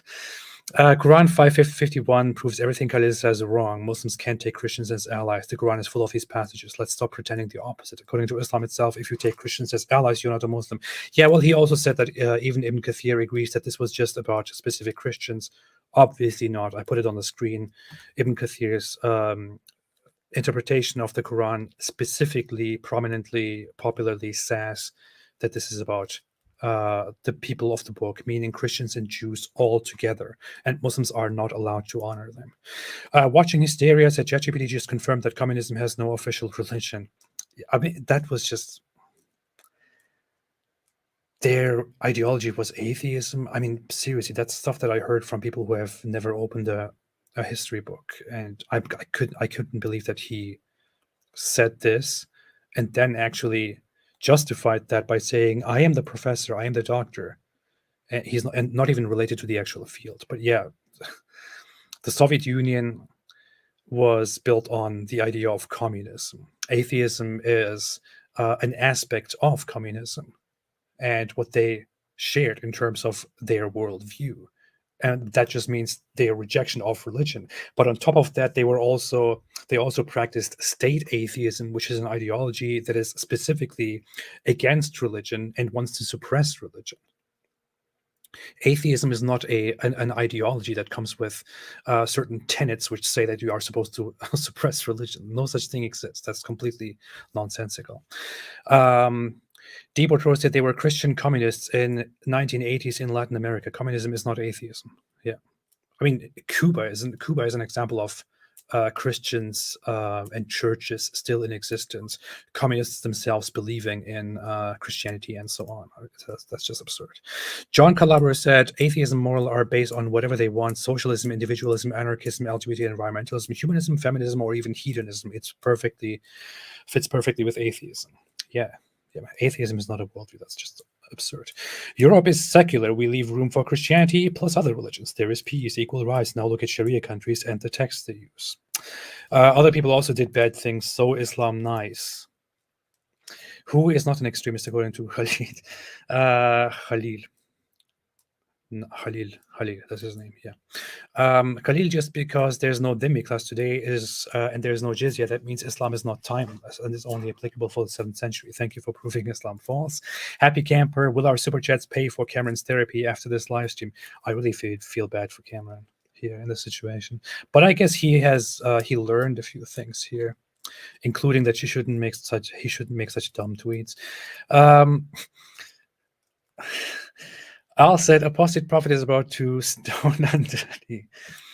Rashid White, Khalil is a 21st century Muslim. Does he think gay marriage is allowed in Islam? Where does he draw the line? If he's going to, I should ask him these questions. I can't even speak anymore. I should probably take a break and drink some water. You know what? In fact, since professionalism of this stream is completely out of the window, never mind, I wanted to go for a walk quickly and come back, but no, I'm not going to do that. Rashid White said Khalil is a 21st century Muslim. Oh, I already read that. I'm completely confused. My brain is like soup. Humanist Reformation said, does Christianity need to team up because it's falling? It might be the second largest religion soon. Should have asked that to those people. Hey, what's up? I should have you on here again soon. That would be nice. I love a good thick book. Oh, this one. It's very funny to me that he didn't even know what this book is. I don't know. Maybe I have a bias because I myself belong to the Hanafi school, which is the most popular school of jurisprudence in Sunni Islam. But this book is very well known, and I find it strange that he, as a scholar, didn't know what this book actually is. Paige Prawn said, what is the name of this article AP is citing? I don't even remember what it was. It might have been the Pew Research. Was that? Or are you referring to the Pact of Omar? I don't know. Where is Sam Shimoon? That would have been catastrophic. A kafir is a kafir. Kafirs unite. Europe is secular. Under this non-religious laws, we live all in peace, with equal rights for people of faith. Our laws protect both. We live like friends. Oh yeah, and we fought communism. Explain that to someone who says communism is atheism. Brandon Monty said, the inconvenient truth. The report finds The overwhelming majority, 80% of persecuted religious believers are Christian. I think that's also a Christian research, to be honest. But yeah. Sarah said the statistics about stoning is the article he was asking about. Yeah, that is. Oh, I still have it over here. Do I? Oh no, I don't. That is a Pew Research study from 2011, I believe, which researches Muslim views on morality, Muslim views on Sharia, and what kind of Sharia should be applied, and all that. If you search for Sharia Pew Research poll or stoning Pew Research, you will probably find it. Right. The inconvenient, I read that. Christians and Muslims can debate how Christianity is false. See, free speech, just don't insult the Prophet or leave Islam. I mean, it's just ridiculous that he didn't want to answer too many of those questions, including apostasy laws, the Pact of Omar. And by the way, I specifically said Pact of Omar is so accessible that you can even find all of the information on its Wikipedia page. That's how accessible it is. And without knowing what the Wikipedia article actually says, I want to quickly go to that, because he said this is not a relevant document, nobody applied it, and so on. I want to make a test here. Maybe I'm completely wrong, and go together with all of you live through a few parts of this article. The Pact of Omar. The Pact of Omar, also known as the Covenant of Omar, is a treaty between Muslims and the non-Muslim inhabitants of either Levant, Mesopotamia, or Jerusalem that later gained a canonical status in Islamic jurisprudence. A canonical status in Islamic jurisprudence. Khalil Andani was telling me that this document is of no relevance and was never used. Of course, I would like to. Is there a source cited for this? Mark Cohen on the Crescent and Cross, the Jews in the Middle Ages. I'm pretty sure I read through this before in the past. I mean, this is what the Wikipedia article says. Is it wrong? Maybe Khalil Andani should come and correct this article and say, hey, this is completely wrong. It was completely irrelevant. Nobody had any use for this at all. It says a canonical status in Islamic jurisprudence. Please, man. It specifies rights and restrictions for dhimmis, or people of the book, a type of protected class of non-Muslim peoples recognized by Islam, which includes Jews, Christians, Zoroastrians, and several other recognized faiths living under Islamic rule. There are several versions of the pact differing both in structure and stipulations. While the pact is traditionally attributed to the second Rashidun Caliph Umar ibn Khattab, I was even wrong here. I thought it is generally attributed to the Umayyad Caliphate and to a later caliph named Umar II, but it is prominently attributed to much earlier, to the second Caliph Umar. Funny. Of course, this is all debatable, but this is what the findings are so far. It contains rights and restrictions. There are debates on the authenticity and which time it actually belongs to. All fair. I have mentioned the very same things. And here you can actually find some of the things that this Pact of Omar contains, which is based on the text that I believe should also be found somewhere in the whatever. Let's just go to the contents that are listed here. Prohibition against building new churches, places of worship, monasteries, or new cell. Prohibitions against rebuilding destroyed churches by day or night in their own neighborhoods or those situated in Muslim quarters. The places of worship of non-Muslims must be lower in elevation than mosques. Houses of non-Muslims must not be taller in elevation than the houses of Muslims. Wow. Prohibition against hanging a cross on the outside of churches. Muslims should be allowed to enter churches at any time. Obliging the call to prayer by a bell or a semantron to be low in volume. Prohibition against Christians and Jews raising their voices at prayer times. Prohibition against teaching non-Muslim children the Quran. Christians forbidden to publicly display their religion or to be seen with Christian books or symbolism. Palm Sunday and Easter parades were banned. Funerals to be conducted quietly. Prohibition against burying non-Muslim dead near Muslims. Prohibition against raising a pig next to a Muslim neighbor. Christians were forbidden to sell alcoholic beverages to Muslims. There's so much here. Prohibition against telling a lie about Muslims. Prohibition against preaching to Muslims in an attempt to convert them from Islam. This is specifically what I brought up in our discussion. Was it allowed in Muslim societies to publicly preach to Muslims and tell them to convert? According to this document, no. Whatever, man. There are even some really messed up things here, like here. The appearance of non-Muslims has to be different from that of Muslims. Prohibition against wearing qalansuwa kind of cap that Bedouins used. So they have to look distinct. Non-Muslims obliged to be identified by... Is this too small? I'm very sorry, man. Obliged to be identifiable by such signs as clipping the heads, forelocks, and by always dressing in the same manner wherever they go, with binding the zunnah around the waist, Christians to wear blue belts or turbans, Jews to wear yellow belts or turbans, Zoroastrians to wear black belts or turbans, and Samaritans to wear red belts or turbans. This sounds very familiar to different issues that happened throughout history, right? Anyway, so very, very strange. Very, very strange that he wouldn't want to talk about this. Actually, it's not strange at all. Quite understandable that he wouldn't want to go into this. But yeah, that's what we're dealing with. What was going down in the Holy Land when Islam's domination was questioned during Nicephorus II's reign? Dr. Elvis Burr said, how many churches are there in Saudi? Cameron, LOL. Carlo Magno TV said, public practice of any religion other than Islam is prohibited in Saudi Arabia today. No evangelization, no Bibles, no crosses, no churches in public. In several Muslim countries, in over a dozen, I think it is illegal to preach to Muslims and to convert them to Islam. It is illegal to have public parades for your non-Islamic beliefs and so on.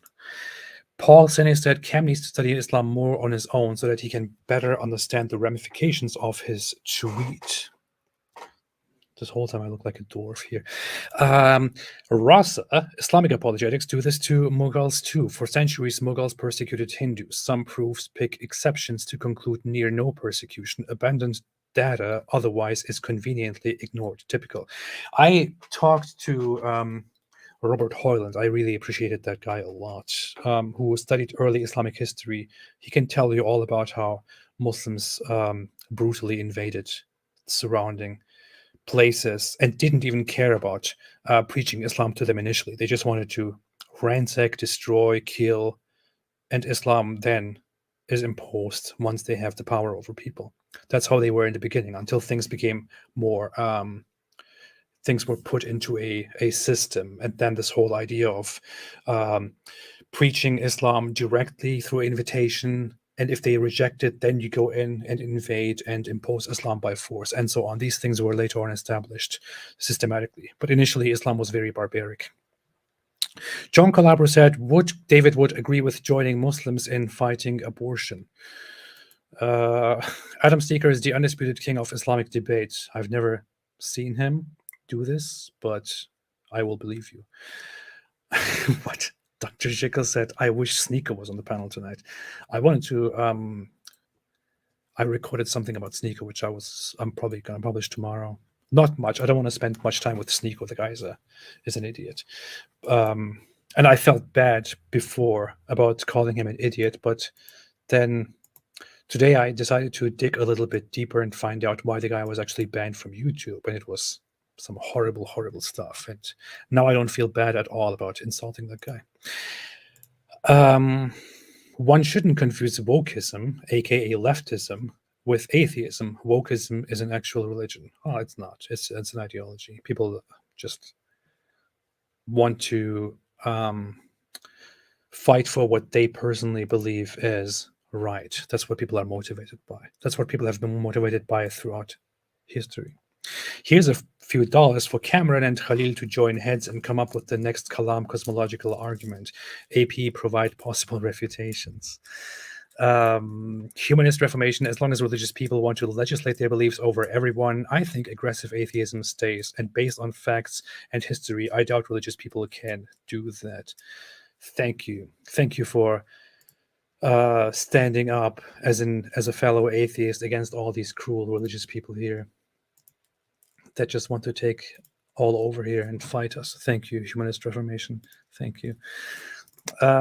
RX said new atheists are a loud political minority. Yes, other atheists have been against them from the start loudly. All I care about is that we can coexist peacefully. I don't want to get rid of Christianity. I love you guys. See, I'm an atheist. Technically, I'm not a new atheist who is out there bashing religion and trying to get rid of it. Most atheists that I know of are not people who are against religion and who want to, debunk and destroy Christianity and all religions and all that. That's a myth. That is just when you pay attention to the loud ones, the ones that you see prominently on the internet, and think that represents the average person out there. That's not really how it is. Paul Sinning said Cam considers it the lesser evil because he doesn't know much about Islam. He needs to go read up on it on his own. I mean, even if he says that it's an intellectual issue, again, as said, Muslims have the tendency to, as soon as they can make conversation with you, convert you to Islam. I mean, it's very, very well known, very notorious. If he wants to say that Islam is not a big threat intellectually because it is very dumb, I will agree with him, yes. Louisa Capel said AP is defending Christ and Christianity better and more than David. Nah, I wouldn't say more than David. I mean, he knows more. He does it more, does it better. I don't even defend. I just want to correct. It's just, when I see some false stuff being said and spread, I just want to correct it. That's what I do. Where Christians and Muslims disagree on pedophilia. Oh boy. XXWLZXX said Tom Holland in his books likens atheists as Christians without God and that they are both Western morality, and says that Islam has historically been quite different and culturally distinct. This is a very long topic, very I don't know, you have to really analyze the meta of where atheists get their morals from. But I do argue that Western atheists are the way they are because of Christianity. And atheists in other parts of the world are different from post-Christian atheists. And some atheists might not like this when they hear it, especially if they are like against religion, against Christianity and all that. But even the whole the secular atheist idea of having this sense of justice, social justice and compassion and defending people's rights, I'm sorry to say, I think is largely influenced by a Christian way of thinking. And you will not find the same priorities of having mutual respect, social justice and stuff like that among atheists in some other parts of the world. Atheists who come from different religions will be more aggressive and more focused on different things. Will be more focused on their own individual liberty and just, I don't know. But yeah, secular people, even atheists, are necessarily influenced by the culture that creates them, that raises them. And in that sense, Western atheists, and I include myself in that as well, are influenced by a Christian way of thinking, of course. And that is, I mean, that's just, yeah, it's the truth. You can't deny it. Connor said, for Cam, he's gone. He's dead. Would you say Muslims should team with Christians against atheism? But because Islam also denies the gospel, it is also equally important for atheists to team with Christians against Islam. Yeah, I should send him this question. Why no Christian in most countries? No Christ Dawa. They're not allowed, man. Not allowed. Wrong, Khalil. The Catholic Church teaches that there is no salvation outside the church. Did he? Yeah, whatever.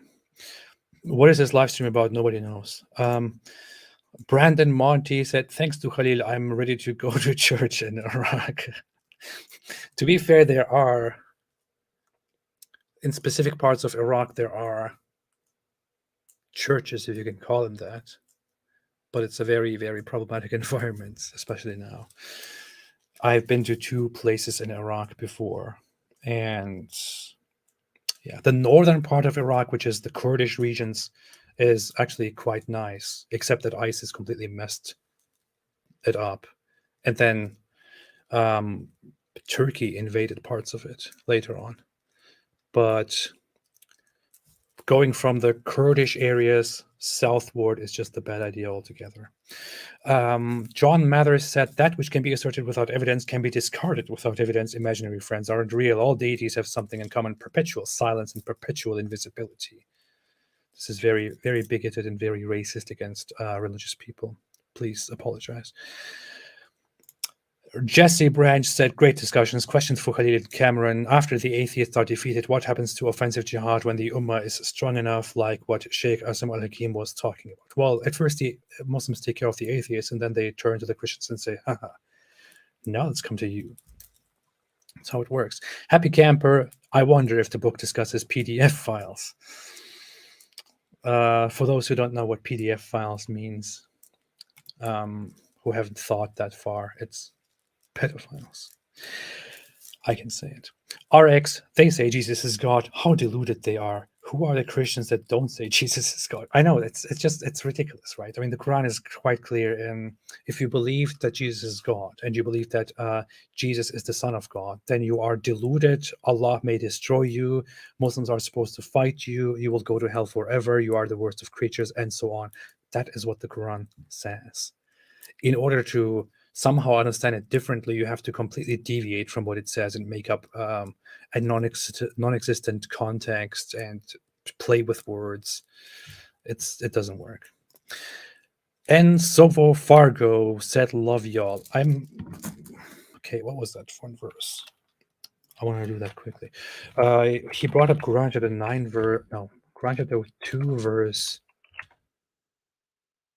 what was that? Where he said, it says Allah does not like the aggressors, and that word is actually aggressors, not transgressors. That's what he said. I quickly want to check what he says though there. What it says there. I mean, I might have been wrong on that verse if I check that for a second. Fight in the way of Allah those who fight you, but do not transgress. Allah does not like transgressors. That's what the Sahih International Version says.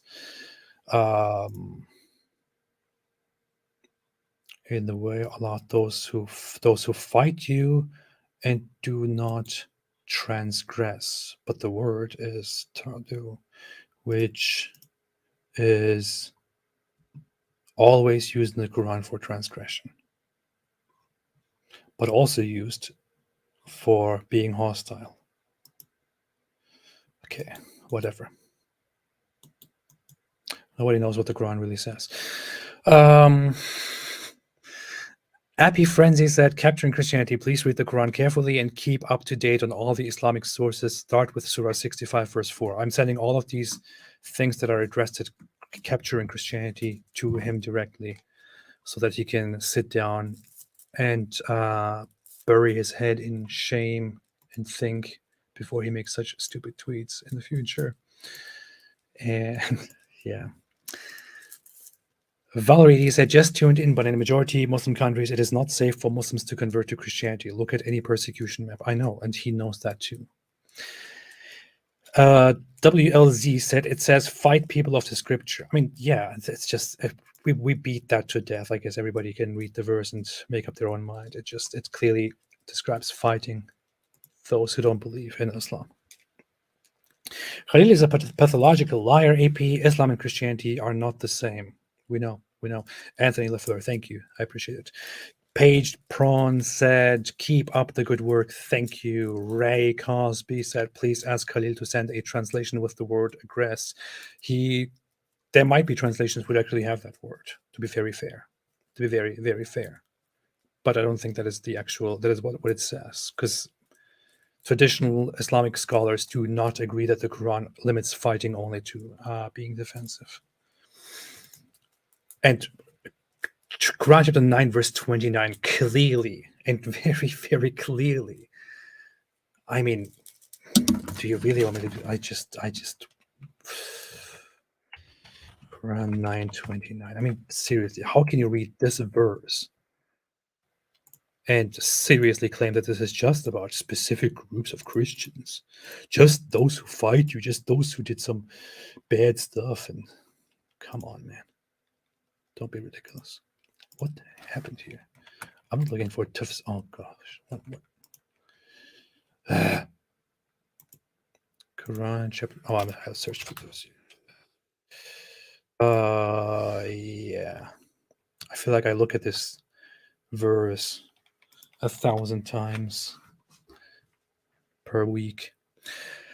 Fight against those who do not believe in Allah or in the last day, and who do not consider unlawful what Allah and His Messenger have made unlawful, and who do not adopt the religion of truth from those who were given the scripture. Fight until they give the jizya willingly while they are humbled. Wow. It clearly talks about Christians and Jews who do not adopt Islam from the Muslims. That's it. That is quite clear. Fight those people of the book who don't believe in God, the last day, do not consider forbidden what Allah and His Messenger Muhammad make forbidden, and who don't adopt the truth from Muslims. That's it. And if you want the traditional understanding of this very verse, we can look up the tafsir. Look up any tafsir. You can find the one from Ibn Kathir, for example. Idolatry is no longer allowed. It says further down here. Where is that? The order to fight people of the scripture until they give the jizya. It explains that when the people of the scripture disbelieved in Muhammad, they had no beneficial faith in any messenger or what the messenger brought. It does here bring up the whole context of fighting the Romans, but then it further says, pay the jizya if they do not choose to embrace Islam in defeat and subservience, disgraced, humiliated, and belittled. Therefore, Muslims are not allowed to honor the people of Dhimma, meaning those non-Muslim minorities, or elevate them above Muslims, for they are miserable, disgraced, and humiliated. This is about people of the book, Christians and Jews. It's not about a specific group of people. Ah, boy. Oh boy. MP to claim to have the. Oh yeah, and he also said this was about specific Byzantine Christians who were attacking the Muslims. Christians who didn't believe in God and the last day in order to qualify for the. What in the world, man? To claim to have the perfect book and guidance for eternity, Mo should have made it clear it was just about the Byzantines, if that is what he meant, but didn't. Is this perfect communication by a perfect man? Southern take, you should have asked him why were Muslim women hurling their babies over razor wire, hoping they would make it to the U.S. soldiers when we left. Paged Prawn, considering Cameron mentioned the academic atheists have very powerful arguments against theism, would you be willing to use those arguments against Islam? Probably. I should come together with Cameron and just discuss these things without having this interruption from the Muslim side. But yeah, man, what a mess. What a mess. Nevertheless, it was actually an enjoyable stream, at least for me.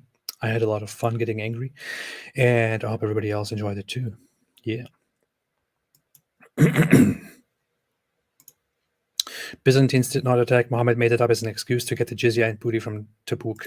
Yeah, the report says that that they got news that a Byzantine army is marching toward the Muslims and they're about to attack. So Muhammad sends a a group of people there to encounter them and to battle them, but it never happens because they never arrive. Correct me if I'm wrong. I might not be very strong with the historical aspect of things, but that's how it happens. He sends his men, but the Byzantines never arrive, and the fighting never takes place. Yeah, and the Byzantines at the same time were fighting the Persians. They had been fighting the Persians, the Sassanid Empire, for a long, long time. They were exhausted. Their resources were exhausted. They were weakened. There was inner turmoil about losing war, about overthrowing and replacing the emperor. There was the same struggle among the Persians that this battle has taken a huge toll. That this war has taken a huge toll on the Persian society and the resources, and that we need to recover. In both the Persian Empire and the Byzantine Empire, there was the desire to put an end to all of this, to get rid of the emperors in charge, to replace them. I think in the Sassanid Empire, actually, as a follow-up, a replacing of the emperor took place, and then with that whole inner turmoil, the Persians were exposed to invasions by minor Arab tribes from the south, and minor tribes from other regions, from northern places, from nomadic northern people, that they were very weak against. So both of these empires were extremely weakened, and the Muslims, the Arabs, took advantage of this. It wasn't like the Byzantines were bored and they wanted to attack the Muslims and all that. That's just nonsense. Whatever. I'm just regurgitating what I read from several books. One of my favorites is I would recommend. I should probably read it again because I keep forgetting the facts about this whole stuff, the early history, but where's the book? Where's that book? Oh, here. It's a brilliant book, In God's Path. The Arab Conquests and the Creation of an Islamic Empire explains very, very well, very nicely how Muslims actually started, and how Islam as an empire came into existence. And it shows the reality of how it wasn't a centralized, Muslim society coming together and expanding in a very organized way. No, he explains how this was, how the Muslim empire formed by different Arab tribes independently invading and taking over, and then eventually coming together and pledging allegiance to the Muslims by will or by force. And that's how the Islamic Empire forms. Like, for example, after Muhammad died, the wars of apostasy, the Ridda Wars, broke out. And the Caliph after Muhammad, Abu Bakr, had to start a huge campaign against Arabs all across Arabia who didn't want to follow the Caliphate, who were independent, who had their own claim to prophethood and their own claim to being their own state. Oh, yeah, did I mention the book's author is Robert Hoyland. Robert G. Hoyland. I had him here on my channel before we talked. But yeah, that's basically how it goes. John Calabro said, if the Byzantine and the Persians were not fighting each other, how could Islam spread? I mean, Arabia was so unimportant that the Romans didn't even care about it. They didn't care. And in that carelessness and exhaustion, the Muslims came. David, what are you doing here? What are you doing here? Oh my goodness, go to sleep. Like it or not, Christians and Muslims will unite to obliterate atheism. You're finished. You're finished, boy. You're finished, man. You're finished. I know you're listening. You're shaking. Imagine if that's how we talk to each other. Habib made a super chat. Thank you so much. I appreciate it. Thank you, everybody. I'm dead. I need to go.